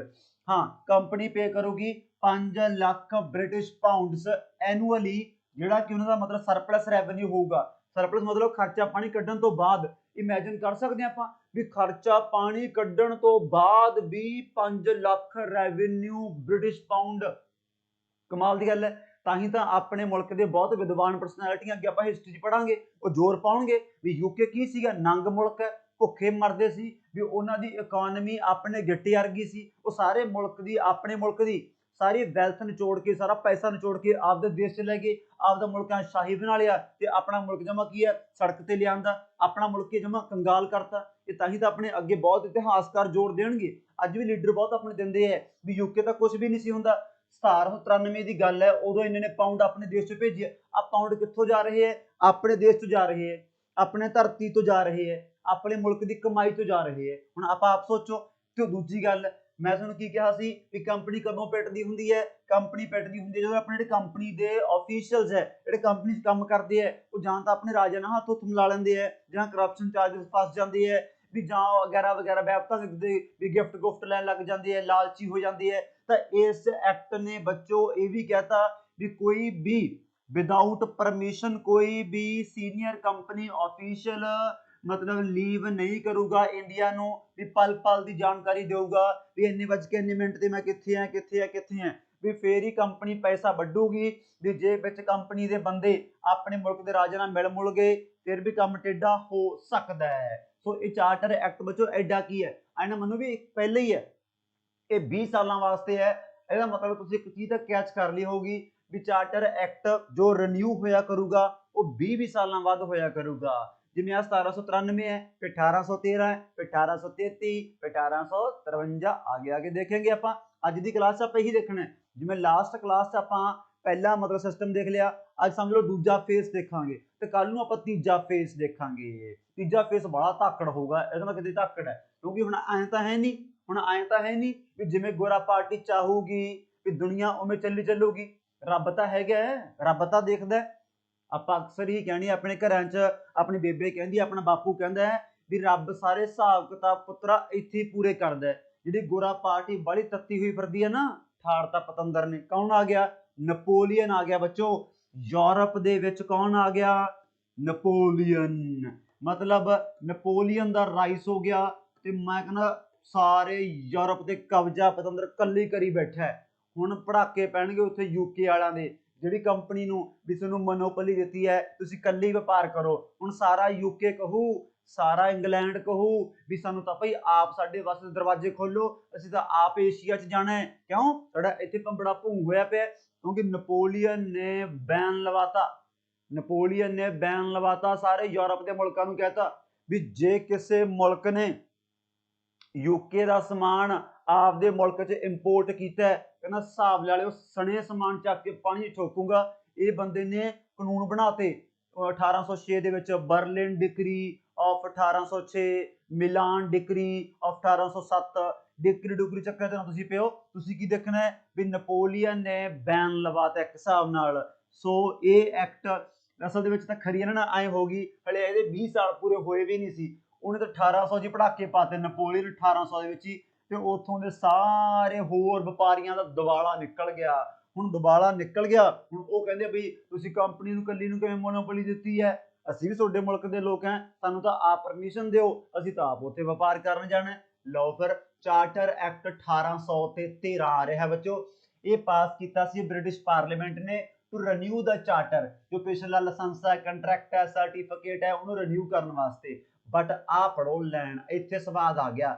ਬਟ ਕਹਿੰਦੇ however the rise of Napoleon Bonaparte had brought hard days to the businessmen of England। ਕਹਿੰਦੇ ਨਪੋਲੀਅਨ ਦੇ ਉੱਭਰ ਨਾਲ ਇੰਗਲੈਂਡ ਦੇ ਵਪਾਰੀਆਂ ਦੇ ਬਹੁਤ ਮਾੜੇ ਦਿਨ ਆ ਗਏ, ਬਹੁਤ ਸਖਤ ਤੇ ਹਾਰਡ ਡੇਜ਼ ਆ ਗਏ। ਤੇ ਇਹਦੇ ਕਰਕੇ ਫਿਰ ਕੀ ਹੋ ਗਿਆ ਬੱਚੋ, ਜਿਹੜੇ ਬ੍ਰਿਟਿਸ਼ਰ ਟ੍ਰੇਡਰ ਹੈ, ਜਿਹੜੇ ਉਹਨਾਂ ਦੇ ਵਪਾਰੀ ਹੈ ਯੂਕੇ ਦੇ, ਉਹ ਡਿਮਾਂਡ ਕਰਨ ਲੱਗੇ entry to the ports of Asia and dissolve. ਆ ਦੇਖੋ ਵਰਡ, ਵੀ ਤੁਸੀਂ ਕੱਲੀ ਈਸਟ ਇੰਡੀਆ ਕੰਪਨੀ ਨੂੰ ਆਖੀ ਜਾਂਦੇ ਹੋ ਵੀ ਆਪ ਬਣਾ ਕੇ ਉਹ ਕੰਪਨੀ ਭੇਜਤੀ ਤੁਸੀਂ ਮੌਜ ਨਾਲ, ਤੇ ਹੁਣ ਤੁਸੀਂ ਕਹਿੰਦੇ ਕੱਲੇ ਉਹੀ ਵਪਾਰ ਕਰਨਗੇ। ਕਾਹਦੀ ਸਰਕਾਰ ਹੈ ਵੀ ਬਾਕੀ ਮੁਲਕ ਸਕਦੀ ਮਰੀ ਚੱਲੇ। ਉਹ ਬਾਕੀ ਵਪਾਰੀ ਕਹਿੰਦੇ ਸਾਨੂੰ ਵੀ ਪਰਮਿਸ਼ਨ ਦਿੱਤੀ ਜਾਵੇ ਤੇ ਈਸਟ ਇੰਡੀਆ ਕੰਪਨੀ ਦੀ ਮੋਨੋਪੋਲੀ ਤੋੜੀ ਜਾਵੇ। ਲੋ ਬੜੀ ਵੱਡੀ ਚੁਣੌਤੀ ਸਾਹਮਣੇ ਆ ਗਈ। ਫਿਰ ਹੁਣ ਦੇਖੋ ਕੀ ਕਰਨਗੇ, ਕਿਉਂਕਿ ਇਸ ਐਕਟ ਦਾ ਸਭ ਤੋਂ ਖਾਸ ਪੁਆਇੰਟ ਆ ਰਿਹਾ ਬੱਚੋ। ਫਿਰ ਇਸ ਐਕਟ ਨੇ ਆ ਦੇਖੋ ਕੀ ਲਿਖਿਆ ਹੈ, ended the monopoly of East India Company in India। ਫਿਰ ਫਾਈਨਲੀ ਈਸਟ ਇੰਡੀਆ ਕੰਪਨੀ ਦੀ ਮੋਨੋਪੋਲੀ ਤੋੜ ਦਿੱਤੀ ਗਈ। ਮੋਨੋਪੋਲੀ ਮਤਲਬ ਹੁੰਦਾ ਵੀ ਕੱਲਾ ਮੈਂ ਹੀ ਕਰ ਸਕਦਾ ਉੱਥੇ ਈਸਟ ਇੰਡੀਆ ਕੰਪਨੀ, ਹੁਣ ਨਹੀਂ। ਬਟ ਫਿਰ ਵੀ ਕੰਪਨੀ ਵਾਲਾ ਸੋਚਾ ਵੀ ਯਾਰ ਜਮਾ ਕੰਪਲੀਟਲੀ ਡਿਸੋਲਵ ਨਾ ਕਰੋ। ਮੈਂ ਸਮਝਦਾ ਨਾ ਪੇਪਰ ਦੇ 3 ਸਵਾਲ ਬਣਾਉਂਗਾ, ਅੱਜ ਹੀ ਦੱਸ ਕੇ ਜਾਊਂਗਾ। ਉਹ ਕਹਿੰਦੇ ਕੰਪਲੀਟਲੀ ਡਿਸੋਲਵ ਨਾ ਕਰੋ, ਵੀ ਜਿਹੜਾ ਕੰਪਨੀ ਦਾ ਵਪਾਰ, ਕਹਿੰਦੇ ਜਿਹੜਾ ਕੰਪਨੀ ਦਾ ਵਪਾਰ ਆਪਣਾ ਚਾਈਨਾ ਦੇ ਨਾਲ ਹੈ ਤੇ ਜਿਹੜਾ ਕਹਿੰਦੇ ਕੰਪਨੀ ਵਪਾਰ ਕਰਦੀ ਹੈ ਚਾਹ ਦਾ, ਕਹਿੰਦੇ ਇਹਦੇ ਵਿੱਚ ਹਜੇ ਵੀ ਮੋਨੋਪੋਲੀ ਕਿਹਦੇ ਕੋਲ ਰਹੂਗੀ ਬੱਚੋ? ਈਸਟ ਇੰਡੀਆ ਕੰਪਨੀ ਕੋਲੇ ਰਹੂਗੀ। ਬਾਕੀ ਸਾਰਾ ਮੁਲਕ ਖੋਲ ਦੋ, ਸਾਰੇ ਕੋਈ ਚੱਕਰ ਵਾਲੀ ਗੱਲ ਨਹੀਂ, ਜਿਹਨੇ ਕਿਹੋ ਜਿਹਾ ਵਪਾਰ ਕਰਨਾ ਆਪਦਾ ਕਰੀ ਚੱਲੋ। ਸੋ ਸਮਝ ਗਏ? 1793 ਦੇ ਚਾਰਟਰ ਐਕਟ ਵਿੱਚ ਤਾਂ ਕੰਪਲੀਟ ਮੋਨੋਪੋਲੀ ਦੇਤੀ, 1813 ਦੇ ਐਕਟ 'ਚ ਮੋਨੋਪੋਲੀ ਤੋੜਤੀ, ਬਟ ਆ ਦੇਖੋ however companies monopoly in trade with China, ਵੀ ਜਿਹੜੀ ਕੰਪਨੀ ਵਪਾਰ ਕਰਦੀ ਹੈ ਚਾਈਨਾ ਦੇ ਨਾਲ ਐਂਡ ਵਪਾਰ ਕਰਦੀ ਹੈ ਆਪਣੇ ਮੁਲਕ ਦੇ ਚਾਹ ਦਾ, ਉਹ ਉਹਨਾਂ ਕੋਲ ਹੀ ਰਹੂਗੀ, ਕੈਪਟ ਇਨਟੈਕਟ, ਵੀ ਭਾਈ ਇੰਟੈਕਟ ਰਹੂਗੀ, ਵੀ ਇਹ ਮੋਨੋਪੋਲੀ ਇਹਨਾਂ ਦੇ ਕੋਲ ਹੀ ਰਹੇਗੀ। ਚਾਕੋ ਬਣ ਗਈ ਫਿਰ ਗੱਲ, ਕਿਉਂਕਿ ਚਾਹ ਤੁਹਾਨੂੰ ਪਤਾ ਹੀ ਹੈ, ਚਾਹ ਬਿਨਾਂ ਤਾਂ ਭੂਮੀ ਨਹੀਂ ਸਾਰਦੇ, ਚਾਹ ਦਾ ਵਪਾਰ ਤਾਂ ਅੱਜ ਵੀ ਬਹੁਤ ਵੱਡਾ ਹੈ। ਸੁਖਣਾ ਪੰਜਾਬੀਆਂ ਨੂੰ ਕਿਉਂ, ਮਤਲਬ ਪੰਜਾਬ 'ਚ ਰਹਿੰਦੇ ਆ, ਵੱਡੇ ਵੱਡੇ ਕੌਲਾਸ ਡੌਂਗਾਸ ਬੱਠਰਸ ਬਣਦੇ ਚਾਹਾਂ ਦੇ, ਆ ਰੋੜੀ ਤੁਰੀ ਜਾਂਦੇ ਆ, ਉਹਨੂੰ ਪਤਾ ਚਾਹ ਦਾ ਵਪਾਰ ਮੇਨ ਹੈ ਤੇ ਆਪਣਾ ਚਾਈਨਾ ਦੇ ਨਾਲ ਮੇਨ ਹੈ। ਦੂਜੀ ਗੱਲ ਜਾਣ ਕੇ ਫਿਰ ਇਹ ਵੀ ਦੇਖੋ ਤੁਸੀਂ ਕਿੰਨਾ ਘੈਂਟ ਕੰਮ ਕੀਤਾ, ਉਹ ਕਹਿੰਦੇ ਫਿਰ ਆਹ ਦੇਖੋ ਨਾ ਤੁਸੀਂ, ਕਹਿੰਦੇ ਫਿਰ ਕੰਪਨੀ ਕੀ ਕਰੂਗੀ? ਹੁਣ ਕੰਪਨੀ ਇੰਨੀ ਛਿੱਲ ਪੱਟੀ ਜਾਂਦੀ ਹੈ ਤਾਂ ਕੰਪਨੀ ਬਦਲੇ 'ਚ ਕੀ ਕਰੂਗੀ? 1 ਲੱਖ ਰੁਪਈਆ ਕਹਿੰਦੇ ਸਪੈਂਡ ਕਰੂਗੀ ਆਪਣੇ ਮੁਲਕ ਦੀ ਸਿੱਖਿਆ ਤੇ ਐਜੂਕੇਸ਼ਨ ਆਫ ਦਾ ਇੰਡੀਅਨਸ, ਕਿਉਂਕਿ ਹੁਣ ਕਿਤੇ ਨਾ ਕਿਤੇ ਗੁਰੂ ਨੇ ਵੀ ਲੱਗੀ ਜਾਂਦਾ ਹੈ ਵੀ ਆਪਾਂ ਨੂੰ ਮਾੜੇ ਮੋਟੇ ਲੋਕ ਵੀ ਮਾੜੇ ਮੋਟੇ ਪੜ੍ਹਾ ਲਈਏ ਆਪਾਂ, ਵੀ ਆਪਣੇ ਕੰਮ ਆਉਣਗੇ, ਫਿਰ ਇੱਥੇ ਆਪਾਂ ਸ਼ਾਹੀ ਨੌਕਰ ਲਾਇਆ ਕਰਾਂਗੇ, ਕਿਉਂਕਿ ਕੰਮ ਇੰਨਾ ਢਾਂਚਾ ਵੱਧ ਗਿਆ, ਲੇਬਰ ਦੀ ਲੋੜ ਹੈ, ਉੱਥੇ ਦਫ਼ਤਰਾਂ 'ਚ ਲੋੜ ਹੈ, ਕਲਰਕਾਂ ਦੀ ਲੋੜ ਹੈ, ਵੀ ਜੋ ਵੀ ਆਪਣੇ ਗਰੁੱਪ ਡੀ ਦੀਆਂ ਪੋਸਟ ਹੈ ਵੀ ਉੱਥੇ ਕਹਿੰਦਾ ਆਪਾਂ ਇੰਡੀਅਨਸ ਰੱਖ ਲਿਆ ਕਰੋ ਯਾਰ। ਮੇਨ ਆਬਜੈਕਟਿਵ ਇਹਨਾਂ ਦਾ ਇਹ ਸੀ, ਬਟ ਤਾਂ ਆਪਾਂ ਹਿਸਟਰੀ ਵਿੱਚ ਦੇਖਿਆ ਕਰਾਂਗੇ, ਪਰ ਯਾਦ ਰੱਖਣਾ ਹੈ ਇਹ 1 ਲੱਖ ਰੁਪਈਆ ਸਪੈਂਡ ਕਰਨ ਦਾ ਪੱਕਾ ਪੁੱਛਣਗੇ ਵੀ ਕਿਹੜੇ ਐਕਟ 'ਚ ਪ੍ਰਸਤਾਵ ਰੱਖਿਆ ਗਿਆ, ਆਪਾਂ ਟਿਕ ਲਾਵਾਂਗੇ ਚਾਰਟਰ ਐਕਟ 1813। ਇਹ ਵੀ ਕਿਹਾ ਜਾਂਦਾ ਹੈ ਇਹ ਲੱਗੇ ਨਹੀਂ ਲਿਖਤ, ਇਹ ਮਤਲਬ ਆਪਣੇ ਲੀਡਰਾਂ ਵਾਲਾ ਕੰਮ ਹੀ ਹੋ ਗਿਆ, ਗੋਰੇ ਵੀ ਆਪਣੇ ਲੀਡਰਾਂ ਵਾਲਾ ਕੰਮ ਕਰ ਗਏ। ਕਿਵੇਂ? ਕਿਉਂਕਿ ਇੱਥੇ ਪੈ ਗਿਆ ਰੌਲਾ, ਅੱਧੇ ਕਹਿੰਦੇ ਪੜ੍ਹਾਈ ਕਰਾਵਾਂਗੇ ਅੰਗਰੇਜ਼ੀ 'ਚ ਤੇ ਅੱਧੇ ਕਹਿੰਦੇ ਨਾ ਭਾਈ ਪੜ੍ਹਾਈ ਕਰਾਵਾਂਗੇ ਕਹਿੰਦੇ ਲੋਕਲ ਭਾਸ਼ਾ ਦੇ ਵਿੱਚ। ਬਸ ਇਹਦੇ ਪਿੱਛੇ ਡਾਂਗੋ ਸੋਟੀ ਹੋਈ ਗਏ, ਬੈਂਕੇ ਦਿਹਾੜੇ ਭਾਈ ਬੁਰੇ ਹਾਲ, ਐਂਡ ਰਿਜ਼ਲਟ ਇਹ ਰੁਪਈਏ ਕਿਤੇ ਲੱਗੇ ਹੀ ਨਹੀਂ। ਆਏ ਹੈ ਆਪਣੇ ਵਾਸਤੇ ਸਵਾਲ ਇਹਨਾਂ ਨੇ ਬਣਾਤਾ। ਦੂਜੀ ਗੱਲ, ਜੋ ਤੁਹਾਨੂੰ ਪਤਾ ਲੱਗ ਗਿਆ ਵੀ ਯੂਕੇ 'ਚ ਬਹੁਤ ਹਾਰਡ ਡੇਜ਼ ਹੈ, ਨੈਪੋਲੀਅਨ ਨੇ ਪਾਬੰਦੀਆਂ ਲਾ ਰੱਖੀਆਂ, ਯੂਕੇ ਦੇ ਲੋਕ ਬਾਹਰ ਅੰਦਰੋਂ ਨਿਕਲਣ ਜੋਗੇ ਰਹੇ ਨਹੀਂ, ਨਾ ਗਵਾਂਢੀ ਮੁਲਕਾਂ ਜਾਣ ਲੋਗੇ ਰਹੇ ਹੈ, ਕਿਉਂਕਿ ਨੈਪੋਲੀਅਨ ਨੇ ਕਹਿ ਰੱਖਿਆ ਵੀ ਜੇ ਸੰਬੰਧ ਬਣਾਓਗੇ ਫਿਰ ਆਪਾਂ ਤਾਂ ਸੰਬੰਧ ਵੰਡ ਦਾਂਗੇ, ਸਿੱਧੀ ਜੀ ਗੱਲ ਹੈ। ਆਹ ਦੇਖੋ ਫਿਰ ਇਸ ਐਕਟ ਨਾਲ ਆਪਣੇ ਮੁਲਕ ਦੇ ਵਿੱਚ ਧਰਮ ਦਾ ਵਪਾਰ ਵੀ ਸਟਾਰਟ ਹੋ ਗਿਆ। ਇਸ ਐਕਟ ਨੇ ਬਾਕੀ ਸਾਰਿਆਂ ਨੂੰ ਪਰਮਿਸ਼ਨ ਗ੍ਰਾਂਟ ਕਰਤੀ ਵੀ ਜਿਹੜਾ ਵੀ ਆਪਣੇ ਮੁਲਕ 'ਚ ਹੁਣ ਆਉਣਾ ਚਾਹੁੰਦਾ ਆਵੇ, ਆਪਦੇ ਧਰਮ ਦਾ ਪ੍ਰਚਾਰ ਕਰੇ, ਕੋਈ ਚੱਕਰ ਵਾਲੀ ਗੱਲ ਨਹੀਂ। ਜਿਵੇਂ ਆਪਾਂ ਕਹਿੰਦੇ ਨੇ ਕ੍ਰਿਸਚਨ ਮਿਸ਼ਨਰੀਜ਼, ਮੁੱਕਦੀ ਗੱਲ ਨਿਬੜੋ ਵੀਰੋ। ਮੈਂ ਇਹੀ ਗੱਲ ਕਹਿਣਾ ਚਾਹੁੰਦਾ ਵੀ ਚਾਰਟਰ ਐਕਟ 1813, ਚਾਰਟਰ ਐਕਟ 1813 ਦੇ ਵਿੱਚ ਯੂਕੇ ਵਾਲਿਆਂ ਦਾ, ਗੋਰਿਆਂ ਦਾ ਆਪਣੇ ਮੁਲਕ ਦੇ ਵਿੱਚ ਢੇਰ ਲੱਗਣਾ ਸਟਾਰਟ ਹੋ ਗਿਆ। ਸਾਰੇ ਵਪਾਰੀਆਂ ਨੂੰ ਖੁੱਲੀ ਛੋਟ ਦੇਤੀ, ਸਾਰੇ ਆਪਣੇ ਕ੍ਰਿਸਚਨ ਮਿਸ਼ਨਰੀ ਖੁੱਲੀ ਛੋਟ ਦੇਤੀ, 1 ਲੱਖ ਰੁਪਈਆ ਇਹ ਸਪੈਂਡ ਕਰਨਗੇ, ਮੋਨੋਪੋਲੀ ਤੋੜਤੀ। ਬਟ ਚਾਹ ਤੇ ਚਾਈਨਾ, ਐਂ ਰੱਖੋ ਚਾਹ ਚਾਈਨਾ, ਕਿਆ ਬਾਤ ਹੀ ਹੈ ਨਾ, ਚਾਹ ਚਾਈਨਾ ਦੀ ਮੋਨੋਪੋਲੀ, ਮਤਲਬ ਚਾਹ ਚਾਈਨਾ ਦਾ ਵਪਾਰ ਹਜੇ ਵੀ ਕੌਣ ਕਰੂਗਾ? ਆਪਾਂ ਟਿਕ ਲਾਵਾਂਗੇ, ਕੰਪਨੀ ਕਰੇਗੀ। ਚਲੋ ਵੀ ਫਿਰ ਅਖੀਰਕਾਰ ਆਪਾਂ ਨੂੰ ਬਰਾਬਰ ਇਹ ਵੀ ਦੇਖਣਾ ਚਾਹੀਦਾ ਹੈ ਵੀ ਜਿਵੇਂ ਜਿਵੇਂ ਟਾਈਮ ਟੱਪ ਰਿਹਾ, ਵੈਸੇ ਤਾਂ ਹਲੇ ਆਪਣੀ ਹਿਸਟਰੀ ਨਹੀਂ ਪੜ੍ਹੀ ਹੋਈ, ਬਟ 1818 ਤੱਕ ਯੂਕੇ ਦਾ ਆਪਣੇ ਸਾਰੇ ਮੁਲਕ ਦੇ ਵਿੱਚ ਬੱਚੋ ਲਗਭਗ ਰਾਜ ਐਸਟੈਬਲਿਸ਼ ਹੋ ਗਿਆ ਸੀ, ਸਿਰਫ 2 ਪ੍ਰਾਂਤਾਂ ਨੂੰ ਛੱਡ ਕੇ, ਪੰਜਾਬ ਤੇ ਸਿੰਧ। ਸੋ ਇੱਥੇ ਇੱਕ ਯੂਕੇ ਮਤਲਬ ਕੰਪਨੀ ਆ ਹਜੇ ਉਹ ਇੱਕ ਸੈਂਟਰਲ ਅਥਾਰਟੀ ਐਸਟੈਬਲਿਸ਼ ਕਰ ਗਈ ਆਪਦੀ, ਜਦੋਂ ਤੱਕ ਆਹ ਐਕਟ ਪਾਸ ਹੋਣਾ। ਹੁਣ ਚੱਕਰ ਆ ਪੈ ਗਿਆ, ਹੁਣ 1833 ਦਾ ਜਿਹੜਾ ਐਕਟ ਹੈ, ਪਹਿਲਾਂ ਪੜ੍ਹ ਲਈਏ ਮਾੜਾ, ਫਿਰ ਆਪਾਂ ਦੇਖਦੇ ਹਾਂ। ਚਾਰਟਰ ਐਕਟ 1833, ਪਹਿਲੀ ਗੱਲ ਤਾਂ ਇਸ ਐਕਟ ਦੇ ਨਾਲ monopoly of company was completely dissolved. ਲਓ ਵੀ 3 ਪ੍ਰਕਾਰ ਦੇ ਸਵਾਲ ਧਿਆਨ ਦਿਓ। 1793 ਦੇ ਵਿੱਚ ਇਹਨਾਂ ਨੂੰ ਮੋਨੋਪੋਲੀ ਦੇਤੀ ਵੀ ਸਿਰਫ ਕਾਰੋਬਾਰ ਵਪਾਰ ਤੁਸੀਂ ਹੀ ਕਰਨਾ ਹੈ। 1813 ਦੇ ਐਕਟ ਦੇ ਵਿੱਚ ਕਹਿੰਦੇ ਵੀ ਚਾਹ ਤੇ ਚਾਈਨਾ ਨੂੰ ਛੱਡ ਕੇ ਬਾਕੀ ਕੁਛ ਮਰਜ਼ੀ ਕਰੀ ਚੱਲੋ। 1833 ਚ ਕਹਿੰਦੇ ਸਾਰੀ ਕੰਪਲੀਟਲੀ ਡਿਸੋਲਵ ਕਰਤੀ, ਕਿਹੜਾ ਮਰਜ਼ੀ ਕੋਈ ਮਰਜ਼ੀ ਕੰਮ ਕਰੇ, ਕੰਪਲੀਟਲੀ ਡਿਸੋਲਵਡ, ਕਿਉਂਕਿ ਪਹਿਲੀ ਗੱਲ ਤਾਂ ਇੱਥੇ ਮਾਰਕੀਟਿੰਗ ਦੀ ਹੋਰ ਖੁੱਲ ਗਈ ਨਾ। ਇਦੋਂ ਪਹਿਲਾਂ ਇੱਥੇ ਤਾਂ ਇਹ ਕੁਝ ਏਰੀਏ ਤੱਕ ਹੀ ਮਤਲਬ ਸੀਮਤ ਸੀ, ਹੁਣ ਸਾਰੇ ਦੇਸ਼ 'ਚ ਹੀ ਫੈਲ ਗਏ। ਉਹਨੂੰ ਨਹੀਂ ਪਤਾ ਵੀ ਹੁਣ ਸਾਰੇ ਦੇਸ਼ ਥੋੜੀ ਆਪਾਂ ਇਕੱਲੇ ਵਪਾਰ ਕਰੀ ਚੱਲਾਂਗੇ, ਐਡਾ ਵੱਡਾ ਮੁਲਕ, ਐਡੀ ਵੱਡੀ ਮਾਰਕੀਟ, ਚੱਕ ਦੋ ਫੱਟੇ ਪਾਓ ਗੰਦ। ਮੈਂ ਕਹਿੰਦਾ ਸਾਰੀ ਹੀ ਮੋਨੋਪੋਲੀ ਤੋੜਤੀ। ਆ ਦੇਖੋ, and with this British were allowed to settle freely in India, ਕਿਉਂਕਿ ਇੰਡੀਆ ਦੇ ਵਿੱਚ ਕਿਤੇ ਨਾ ਕਿਤੇ ਕੰਪਨੀਆਂ ਇੰਨੀ ਹਾਵੀ ਹੋ ਗਈ, ਉਹਨੂੰ ਲੱਗਣ ਲੱਗ ਗਿਆ ਵੀ ਦੇ ਦਿਓ ਖੁੱਲੀ ਛੋਟ ਯਾਰ, ਚੱਕ ਦੋ ਫੱਟੇ, ਕੋਈ ਪਰਵਾਹ ਨਾ ਕਰਿਓ। ਅੰਨਾ ਪੈਸਾ ਇਸ ਮੁਲਕ ਦੇ ਵਿੱਚ ਜਿਹੜਾ ਕਿ ਆਪਣੇ ਮੁਲਕ ਨੂੰ ਕੰਗਾਲ ਕਰਨ ਜਾ ਰਹੀ ਹੈ। ਲੋਕਾਂ ਦੇ ਹੱਡ ਨਿਕਲ ਆਉਣਗੇ, ਹੱਡ, ਲੋਕਾਂ 'ਚ 25-25 ਕਿਲੋ ਭਾਰ ਰਹਿ ਜਾਊਗਾ। ਐਡਾ ਗੰਦਾ ਰਾਜ ਸ਼ੁਰੂ ਹੋਣ ਜਾ ਰਿਹਾ ਹੈ। ਨਿਚੋੜ ਦੇਣਗੇ ਆਪਣੇ ਮੁਲਕ ਨੂੰ, ਇੰਨਾ ਭੈੜਾ ਨਿਚੋੜਨਗੇ ਵੀ ਚੱਕ ਦੀ ਤਾਰ ਤੇ ਸੁੱਕਣੇ ਪਾ ਦਿਓ। ਐਂ ਲੋਕਾਂ ਦੇ ਪਿੰਜਰ ਬਣਾ ਦੇ ਪਿੰਜਰ ਇਹਨਾਂ ਨੇ। ਇਹ ਕਾਰਨ ਇਹਨਾਂ ਕੰਮ ਕੀ ਹੈ? ਬਸ ਨੂੰ ਬਾਰ-ਬਾਰ ਕੀ ਕਿਹਾ, ਲਾਸਟ ਕਲਾਸ 'ਚ ਪ੍ਰੋਫਿਟ ਕਮਾਉਣਾ ਹੈ, ਪੈਸਾ ਕਮਾਉਣਾ ਹੈ, ਤੇ ਅੱਜ ਦੇਸ਼ 'ਚ ਮਤਲਬ ਕੀ ਹੈ, ਟਰੱਕਾਂ ਟਰੱਕ ਲੱਦੀ ਤੁਰੀ ਜਾਂਦੀ ਹੈ। ਆਹ ਦੇਖੋ, ਹੁਣ ਜਦੋਂ ਇਹਨਾਂ ਦਾ ਕੰਪਲੀਟਲੀ ਰਾਜ ਐਸਟੈਬਲਿਸ਼ ਹੋ ਗਿਆ, ਮੈਂ ਤੁਹਾਨੂੰ ਲਾਸਟ ਕਲਾਸ ਕੀ ਦੱਸਿਆ ਸੀਗਾ, ਵਾਰਨ ਹੇਸਟਿੰਗਸ, ਵੀ ਇਹਨਾਂ ਨੇ ਗਵਰਨਰ ਜਨਰਲ ਅਪੁਆਇੰਟ ਕੀਤਾ, ਬਟ ਉਹ ਕਿੱਥੋਂ ਦਾ ਬੱਚੋ? ਉਹ ਸੀਗਾ ਬੰਗਾਲ ਦਾ। ਹੁਣ ਇੱਥੇ ਸਾਰੇ ਦੇਸ਼ ਰਾਜ ਹੋ ਗਿਆ। ਤੇ ਆਹ ਚੋਟੀ ਦਾ ਪੁਆਇੰਟ ਯਾਦ ਰੱਖਿਓ, ਇਸ ਐਕਟ ਨੇ ਗਵਰਨਰ ਜਨਰਲ ਆਫ ਬੰਗਾਲ ਨੂੰ, ਇਸ ਐਕਟ ਨੇ ਬੱਚੋ ਗਵਰਨਰ ਜਨਰਲ ਆਫ ਬੰਗਾਲ ਨੂੰ ਕੀ ਬਣਾਤਾ? ਗਵਰਨਰ ਜਨਰਲ ਆਫ ਇੰਡੀਆ, ਕਿਉਂਕਿ ਆਪਣਾ ਮੁਲਕ ਬ੍ਰਿਟਿਸ਼ ਅੰਡਰ ਹੈ, so we can say British India.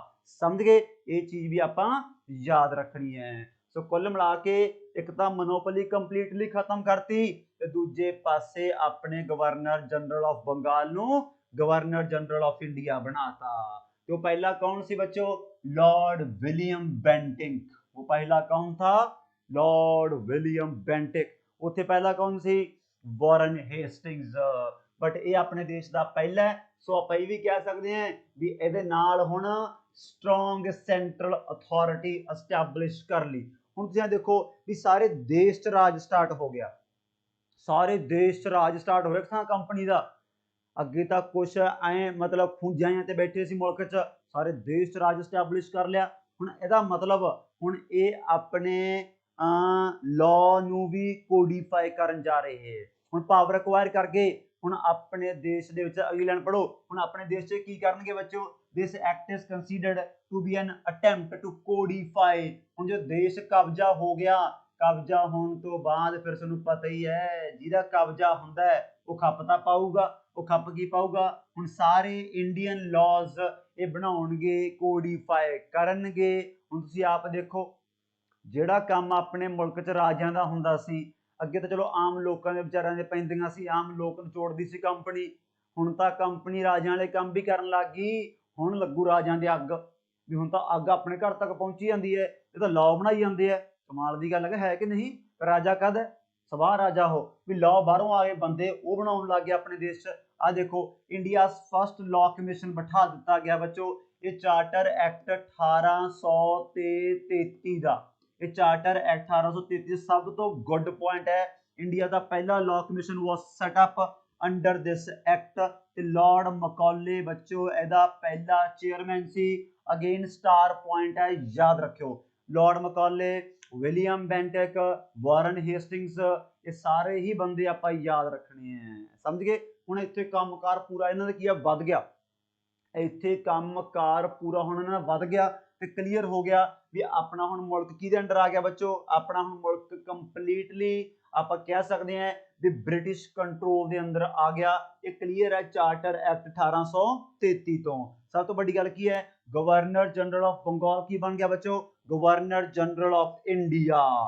ਚਲਿਏ, ਫਿਰ ਹੁੰਦਾ ਬੱਚੋ ਚਾਰਟਰ ਐਕਟ 1853। ਅਸਲ ਦੇ ਵਿੱਚ ਇਸ ਐਕਟ ਤੱਕ ਆਪਾਂ ਕੀ ਕਹਿ ਸਕਦੇ ਹਾਂ ਵੀ ਜੋ ਕੰਪਨੀ ਰੂਲ ਹੈ ਉਹ ਪੂਰਾ ਪੀਕ ਤੇ ਹੈ, ਪੂਰਾ ਪੀਕ ਤੇ। ਇੱਕ ਤਾਂ ਰਾਜੇ ਤਪਾਏ ਪਏ ਹੈ, ਲੋਕ ਤਪਾਏ ਪਏ ਹੈ, ਵੀ ਇੰਨਾ ਪੀਕ ਤੇ ਹੈ ਵੀ ਆਮ ਲੋਕ ਤਾਂ ਦੇਖ ਹੀ ਨਹੀਂ ਸਕਦੇ ਵੀ ਕਿੰਨਾ ਕੁ ਪੈਸਾ ਵੱਢ ਲਿਆ ਸੜਕਾਂ ਤੇ ਲਿਆਉਣ ਦੇ। ਸੜਕਾਂ ਤੇ ਨਿੱਕੇ ਮੋਟੇ ਤਾਂ ਰਾਜੇ ਵੀ ਕੁਚਲਣ ਲੱਗ ਗਏ।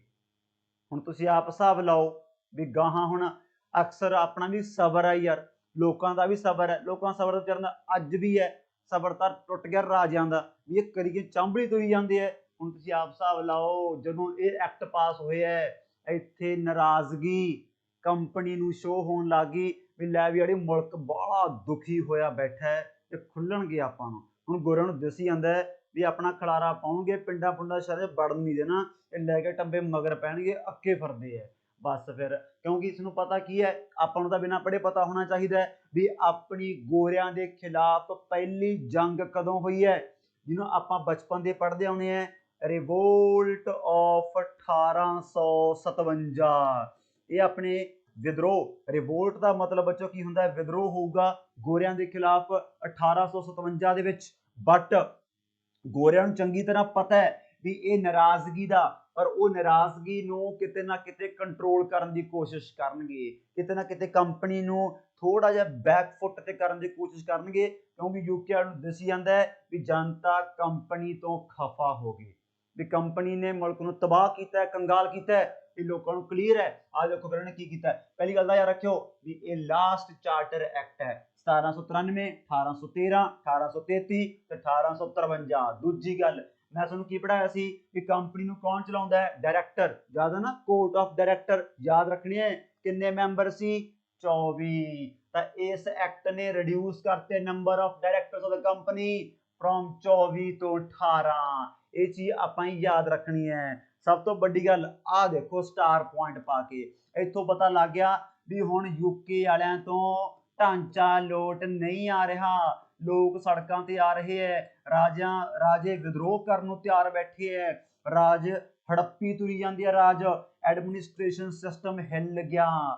ਹੁਣ ਯਾਦ ਕਰੋ, ਪੋਲਿਟੀ ਦੀ ਜਮਾਂ ਪਹਿਲੀ ਕਲਾਸ, ਲੋਕਾਂ ਨੂੰ ਚਲਾਉਣ ਵਾਸਤੇ 3 ਅੰਗ ਹੁੰਦੇ ਹੈ, ਯਾਦ ਹੈ ਨਾ। ਉਹ 3 ਅੰਗ ਕਿਹੜੇ ਹੁੰਦੇ ਹੈ, ਲੈਜਿਸਲੇਚਰ ਹੈ, ਐਗਜ਼ੀਕਿਊਟਿਵ ਹੈ ਤੇ ਜੁਡੀਸ਼ਰੀ ਹੈ। ਲਾਅ ਬਣਾਉਣ ਵਾਲੀ ਬਾਡੀ ਹੁੰਦੀ ਹੈ, ਲਾਅ ਇੰਪਲੀਮੈਂਟ ਕਰਨ ਵਾਲੀ ਬਾਡੀ ਹੁੰਦੀ ਹੈ, ਤੇ ਇੱਕ ਬਾਡੀ ਲੜਾਈ ਝਗੜੇ ਦਾ ਹੱਲ ਕੱਢਣ ਵਾਸਤੇ ਹੁੰਦੀ ਹੈ। ਪਰ ਹੁਣ ਤੱਕ ਤਾਂ ਇਹ ਆਰਗਨਸ ਹੈ ਹੀ ਨਹੀਂ ਸੀ ਆਪਣੇ ਦੇਸ਼ 'ਚ, ਡਿਫਾਈਨ ਹੀ ਨਹੀਂ ਕੀਤੇ। ਉਹ ਸਾਰਾ ਕੁਝ ਗਵਰਨਰ ਜਨਰਲ, ਆਪ ਉਹਦੀ ਕੌਂਸਲ, ਸਾਰਾ ਕੁਝ ਆਪ ਹੀ ਕਰੀ ਗਏ, ਆਪ ਹੀ ਬਣਾ ਦਿੰਦੇ ਸੀ, ਆਪ ਹੀ ਥੋਪ ਦਿੰਦੇ ਸੀ, ਆਪ ਹੀ ਸਿਰ ਵੜਾ ਦਿੰਦੇ ਸੀ, ਤਾਂ ਆਪ ਹੀ ਕਰੀ ਗਏ। ਤੇ ਇਸ ਐਕਟ ਨੇ, ਤਾਂ ਹੀ ਤਾਂ ਇਹ ਟੌਪਿਕ ਪੋਲਿਟੀ ਦਾ, ਕਿਉਂਕਿ ਇਸ ਐਕਟ ਨੇ ਪਹਿਲੀ ਵਾਰ ਕੰਮ ਸੈਪਰੇਟ ਕਰਤਾ ਲੈਜਿਸਲੇਟਿਵ ਤੇ executive functions of governor general council.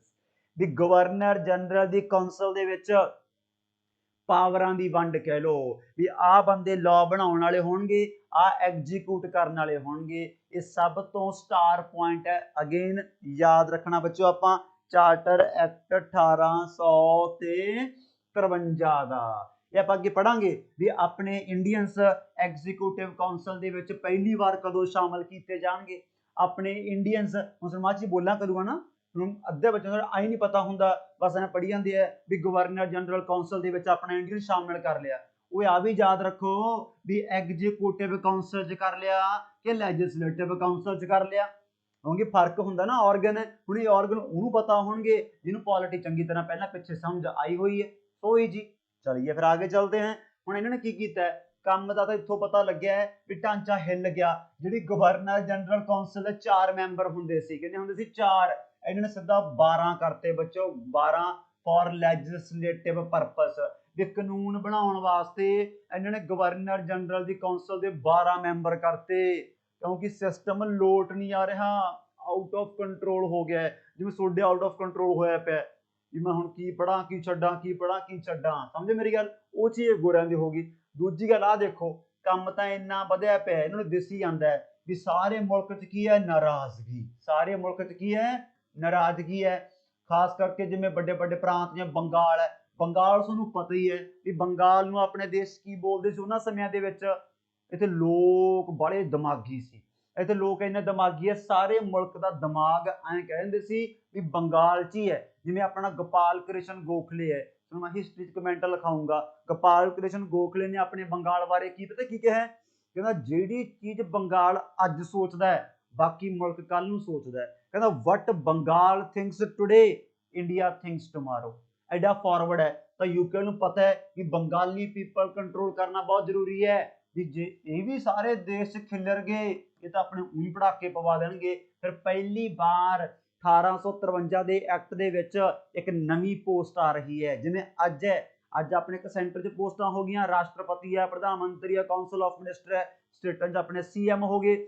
But ਸਟੇਟਾਂ ਦੇ ਵਿੱਚ ਏਜੰਟ ਵੀ ਹੁੰਦੇ ਹੈ, ਗਵਰਨਰ, ਰਾਜਪਾਲ, ਉਹ ਵੀ ਬੱਚੋ 1853 ਦੇ ਐਕਟ ਨਾਲ ਆ ਗਿਆ। ਸੋ ਮੈਂ ਕਹਿੰਦਾ ਓਵਰਆਲ ਅੱਜ ਦੀ ਕਲਾਸ ਦਾ ਹਰ ਇੱਕ ਪੁਆਇੰਟ ਬਹੁਤ ਧਿਆਨ ਨਾਲ ਨੋਟ ਕਰਨਾ ਹੈ। The act provided for appointment of separate governor for Bengal, समझ गए। ते अपॉइंट किया भी है, कला कहा नहीं, एक बंदा होर आ गया अप्रैल 1854 ਦੇ ਵਿੱਚ फ्रैडरिक हैलीडे वाज अपॉइंट, जिवें ਆਪਾਂ LG कह ਦਿੰਦੇ ਆ ਲੈਫਟੀਨੈਂਟ ਗਵਰਨਰ ਜਾਂ ਆਪਾਂ ਐਡਮਿਨਿਸਟ੍ਰੇਟਰ ਵੀ ਕਹਿ ਦਿੰਦੇ ਆ, ਯਾਦ ਆ ਨਾ ਪਾਰਟ 8ਵਾਂ ਯੂਨੀਅਨ ਟੈਰੀਟਰੀ ਜਿਹੜਾ ਕੇਂਦਰ ਸ਼ਾਸਿਤ ਪ੍ਰਦੇਸ਼ ਹੁੰਦਾ ਹੈ। ਸੋ ਇੱਕ ਹਿਸਾਬ ਨਾਲ ਉਹ ਦਰਜਾ ਕਹਿ ਸਕਦੇ ਆਪਾਂ, ਉਹਨਾਂ ਸਮੇਂ ਦੀ ਗੱਲ ਹੈ ਨਾ, 1854 ਦੀ ਗੱਲ ਹੈ। ਸੋ ਆਪਾਂ ਲਾਰਡ ਮਕੌਲੇ ਦੇਖਿਆ ਪਹਿਲਾ ਲਾਅ ਕਮਿਸ਼ਨ ਦਾ ਚੇਅਰਮੈਨ ਹੈ, ਆਪਾਂ ਫਰੈਡਰਿਕ ਹੈਲੀਡੇ ਦੇਖਿਆ ਇਹ ਪਹਿਲਾ ਗਵਰਨਰ ਹੈ, LG ਹੈ ਬੰਗਾਲ ਦਾ। ਲਾਰਡ ਵਿਲੀਅਮ ਬੈਂਟਿਕ ਹੈ ਮੁਲਕ ਦਾ ਪਹਿਲਾ ਗਵਰਨਰ ਜਨਰਲ ਹੈ।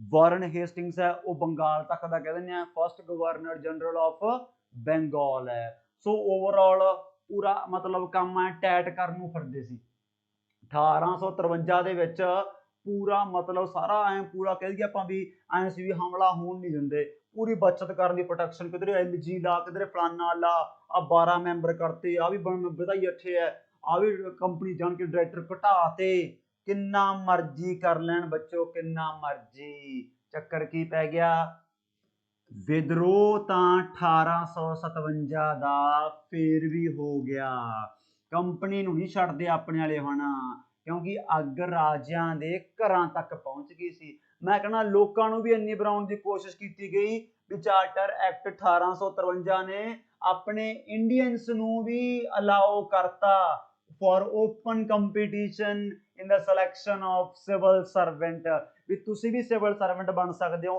क्योंकि एक दिमाग च अपने लोगों के इत्थे की बन गई सी, धारणा बन गई सी भी ये जान के आपां नूं क्लर्की लाउण नूं फिरदे है, ये तां ही आपां नूं पढ़ाउण नूं फिरदे है भी आपां तां बस आपां दा पीएन चपड़ासी रखणगे, ये आपां नूं तां कागज पत्र चक्कण वास्ते रखणगे भी जा उधर फड़ाया इधरों फड़ लिया फलाना ढौंका। इस एक्ट ने उस नाराजगी नूं दूर करने की कोशिश भी की। आ देखो की लिखिया है, Act introduced an open competition for selection of civil servant। So overall बच्चों ਆਪਾਂ ਕੀ ਕਹਿ ਸਕਦੇ ਹਾਂ ਕਿ ਪੂਰਾ ਹਰ ਵਰਗ ਨੂੰ ਖੁਸ਼ ਕਰਨ ਦੀ ਕੋਸ਼ਿਸ਼ ਕਰੀ, ਬਟ ਹੁਣ ਨਹੀਂ ਖੁਸ਼ ਹੁੰਦੇ ਬਿੱਲੂ, 100 ਸਾਲ ਦੇ ਮੰਜੀ ਜਾਂਦੇ ਹੋ। ਆ ਦੇਖ ਕੇ ਹੁਣ ਲਾਲਚ 4-5 ਫੇਰ ਮੰਜਨ ਨੂੰ ਫਰਦੇ ਹੈ, ਵਿਦਰੋਹ ਹੋ ਗਿਆ। ਲਓ ਵੀ 1857 ਦੇ ਵਿੱਚ ਜ਼ਬਰਦਸਤ ਵਿਦਰੋਹ ਹੋ ਗਿਆ ਬੱਚੋ। ਅਖੀਰਕਾਰ ਫਿਰ ਜਿਹੜੀ ਕੰਪਨੀ ਆਪਣੇ ਮੁਲਕ ਨੂੰ ਕਈ 100 ਸਾਲ ਪਿਛੇ 100 ਸਾਲ ਤੋਂ ਲੁੱਟ ਰਹੀ ਹੈ, ਖਾ ਰਹੀ ਹੈ, ਮਾਂਜ ਰਹੀ ਹੈ, ਉਹ ਕੰਪਨੀ ਦਾ ਆਪਣੇ ਵਾਲਿਆਂ ਨੇ ਕਬਾੜਾ ਕਰਤਾ, ਕਬਾੜਾ ਸਾੜਤੀ ਕੰਪਨੀ। ਕਿਤੇ ਕਿਤੇ ਅੱਗ ਲਾ ਕੇ ਭੱਜ ਜਾਂਦੇ ਆ, ਕਿਤੇ ਕਿਤੇ ਭੱਜ ਜਾਂਦੇ ਆ, ਕਿਤੇ ਕਿਤੇ ਉਹ ਵਿਚਾਰੇ ਉੱਧਰ ਭੱਜਦੇ, ਉੱਧਰ ਅੱਗ ਲੱਗੀ ਪਈ ਆ, ਉੱਧਰ ਭੱਜਦੇ, ਉੱਧਰ ਭੱਜਦੇ, ਉਹ ਬੌਂਦਲੇ ਪਏ ਆ, ਕਿੱਧਰ ਜਾਈਏ ਕੀ ਕਰਗੇ। ਕੰਪਨੀ ਬਰਾਬਰ ਸੜਕ ਤੇ ਲਿਆਂਦੀ, ਨੰਗ ਭੂਤਨੀ ਤੰਗ ਕਰਤੇ, ਚੱਕ ਤੇ ਫੱਟੇ। 13 ਮਹੀਨਿਆਂ ਦੀ ਜੰਗ ਸੀ ਇਹ, ਤੇ ਅਖੀਰਕਾਰ ਯੂਕੇ ਵੀ ਹਿੱਲ ਗਿਆ ਵੀ ਆੜੀ ਹੁਣ ਤਾਂ ਕੰਮ ਜਮੀ ਆਊਟ ਆਫ ਕੰਟਰੋਲ ਹੋ ਗਿਆ ਓਏ, ਇਹ ਤਾਂ ਵਿਦਰੋਹ ਮਸਾਂ ਦੱਬਿਆ, ਮਸਾਂ ਸਾਂਭਿਆ, ਮਸਾਂ ਸੁਪਰੈਸ ਕੀਤਾ ਵੀ ਇਹ ਤਾਂ ਕੰਮ ਟੇਢਾ ਹੋ ਗਿਆ। ਫਿਰ ਉਸ ਸਮੇਂ ਜਦੋਂ ਆਪਣਾ ਵਿਦਰੋਹ ਹੁੰਦਾ ਨਾ, ਉਸ ਸਮੇਂ ਆਪਣਾ ਗਵਰਨਰ ਜਨਰਲ ਪਤਾ ਕੌਣ ਹੁੰਦਾ ਹੈ, ਲਾਰਡ ਕੈਨਿੰਗ। ਕੌਣ ਹੁੰਦਾ ਬੱਚੋ, ਲਾਰਡ ਕੈਨਿੰਗ ਨੇ ਫਿਰ ਕੀ ਕਰਿਆ, ਸਪੈਸ਼ਲ ਦਰਬਾਰ ਲਾਇਆ। ਇਹਨੇ ਸਪੈਸ਼ਲ ਦਰਬਾਰ ਕਿੱਥੇ ਲਾਇਆ, ਇਲਾਹਾਬਾਦ ਵਿੱਚ। ਲਾਰਡ ਕੈਨਿੰਗ ਨੇ ਇਲਾਹਾਬਾਦ ਚ ਦਰਬਾਰ ਲਾਇਆ, ਜਿੱਥੇ ਇਹਨੇ ਕੀ ਕਿਹਾ ਵੀ ਭਾਈ ਅੱਜ ਤੋਂ ਬਾਅਦ, ਲੈਣ ਬਹੁਤ ਧਿਆਨ ਨਾਲ ਸੁਣਨੀ ਆ, ਬੜੀ ਕੀਮਤੀ ਨਾਲ ਧਿਆਨ ਦਿਓ, ਧਿਆਨ ਭਟਕਾਓ ਨਾ। ਲਾਰਡ ਕੈਨਿੰਗ ਨੇ ਇਲਾਹਾਬਾਦ ਦਰਬਾਰ ਚ ਸਪੈਸ਼ਲ ਪਤਾ ਕੀ ਕਿਹਾ, ਕਹਿੰਦਾ ਅੱਜ ਤੋਂ ਬਾਅਦ ਇਸ ਮੁਲਕ ਦੇ ਵਿੱਚ ਕੰਪਨੀ ਰੂਲ ਖਤਮ ਕੀਤਾ ਜਾਂਦਾ ਹੈ, ਕੰਪਨੀ ਰੂਲ ਖਤਮ ਕੀਤਾ ਜਾਂਦਾ ਹੈ, ਤੇ ਇਸ ਮੁਲਕ ਨੂੰ, ਇਸ ਟ੍ਰਾਇੰਗਲ ਨੂੰ ਹੁਣ ਆਪਣੀ ਯੂਕੇ ਸਰਕਾਰ ਆਪੇ ਸਾਂਭੂ, ਆਪੇ ਸਮਝੂ, ਆਪੇ ਦੇਖੂ। ਬਸ ਐਡਾ ਵੱਡਾ ਨਤੀਜਾ ਨਿਕਲਿਆ, ਕੰਪਨੀ ਰੂਲ ਖਤਮ ਤੇ ਆਪਣਾ ਮੁਲਕ ਸਿੱਧਾ ਯੂਕੇ ਦੇ ਅੰਡਰ ਆ ਗਿਆ।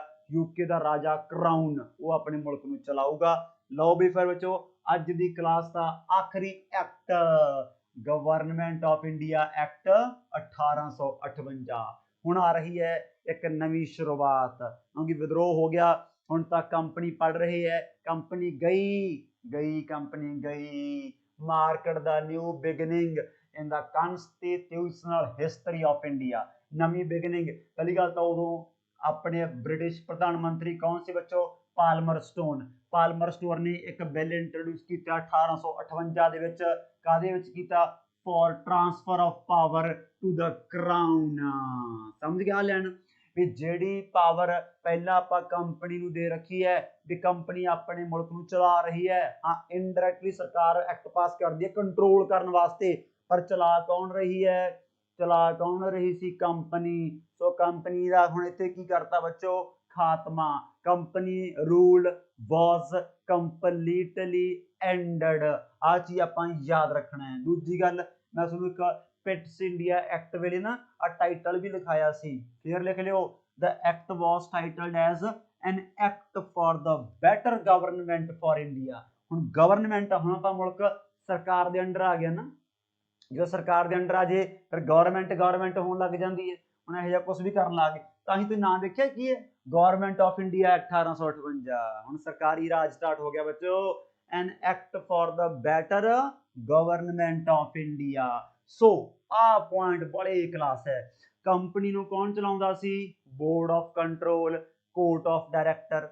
ਹੁਣ ਕੰਪਨੀ ਹੈਗੀ ਹੈ? ਨਹੀਂ। ਫਿਰ ਉਹਨਾਂ ਦਾ ਕੀ ਕੰਮ ਹੈ? ਉਹ ਖਤਮ ਕਰਤੇ ਬੱਚੋ। ਇਸ ਐਕਟ ਨੇ ਅਬੋਲਿਸ਼ ਦਾ ਮਤਲਬ ਕੀ ਹੁੰਦਾ ਹੈ? ਖਤਮ ਕਰਤਾ ਕੰਪਨੀ ਰੂਲ ਨੂੰ, ਖਤਮ ਕਰਤਾ ਫਿਰ ਕੋਰਟ ਆਫ ਡਾਇਰੈਕਟਰ ਨੂੰ, ਖਤਮ ਕਰਤਾ ਫਿਰ ਬੋਰਡ ਆਫ ਕੰਟਰੋਲ ਨੂੰ। ਯਾਦ ਰੱਖਿਓ, ਕੋਰਟ ਆਫ ਡਾਇਰੈਕਟਰ ਕਦੋਂ ਬਣਾਇਆ ਸੀ? 1773 ਦੇ ਵਿੱਚ। ਬੋਰਡ ਆਫ ਕੰਟਰੋਲ ਕਦੋਂ ਬਣਾਇਆ ਸੀ? 1784 ਦੇ ਵਿੱਚ। ਕਦੋਂ ਦੋਨੇ ਖਤਮ ਕਰਤੇ? 1858 ਦੇ ਵਿੱਚ।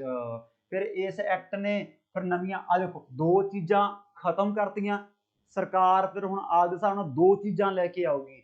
ਇੱਕ ਤਾਂ ਬੱਚੋ ਸਰਕਾਰ ਨੇ ਕੀ ਕਿਹਾ ਹੈ? ਜਿਹੜਾ ਕਰਾਊਨ ਹੈ, ਰਾਜਾ ਹੈ, ਉਹ ਚਲਾਊਗਾ ਇਸ ਮੁਲਕ ਨੂੰ।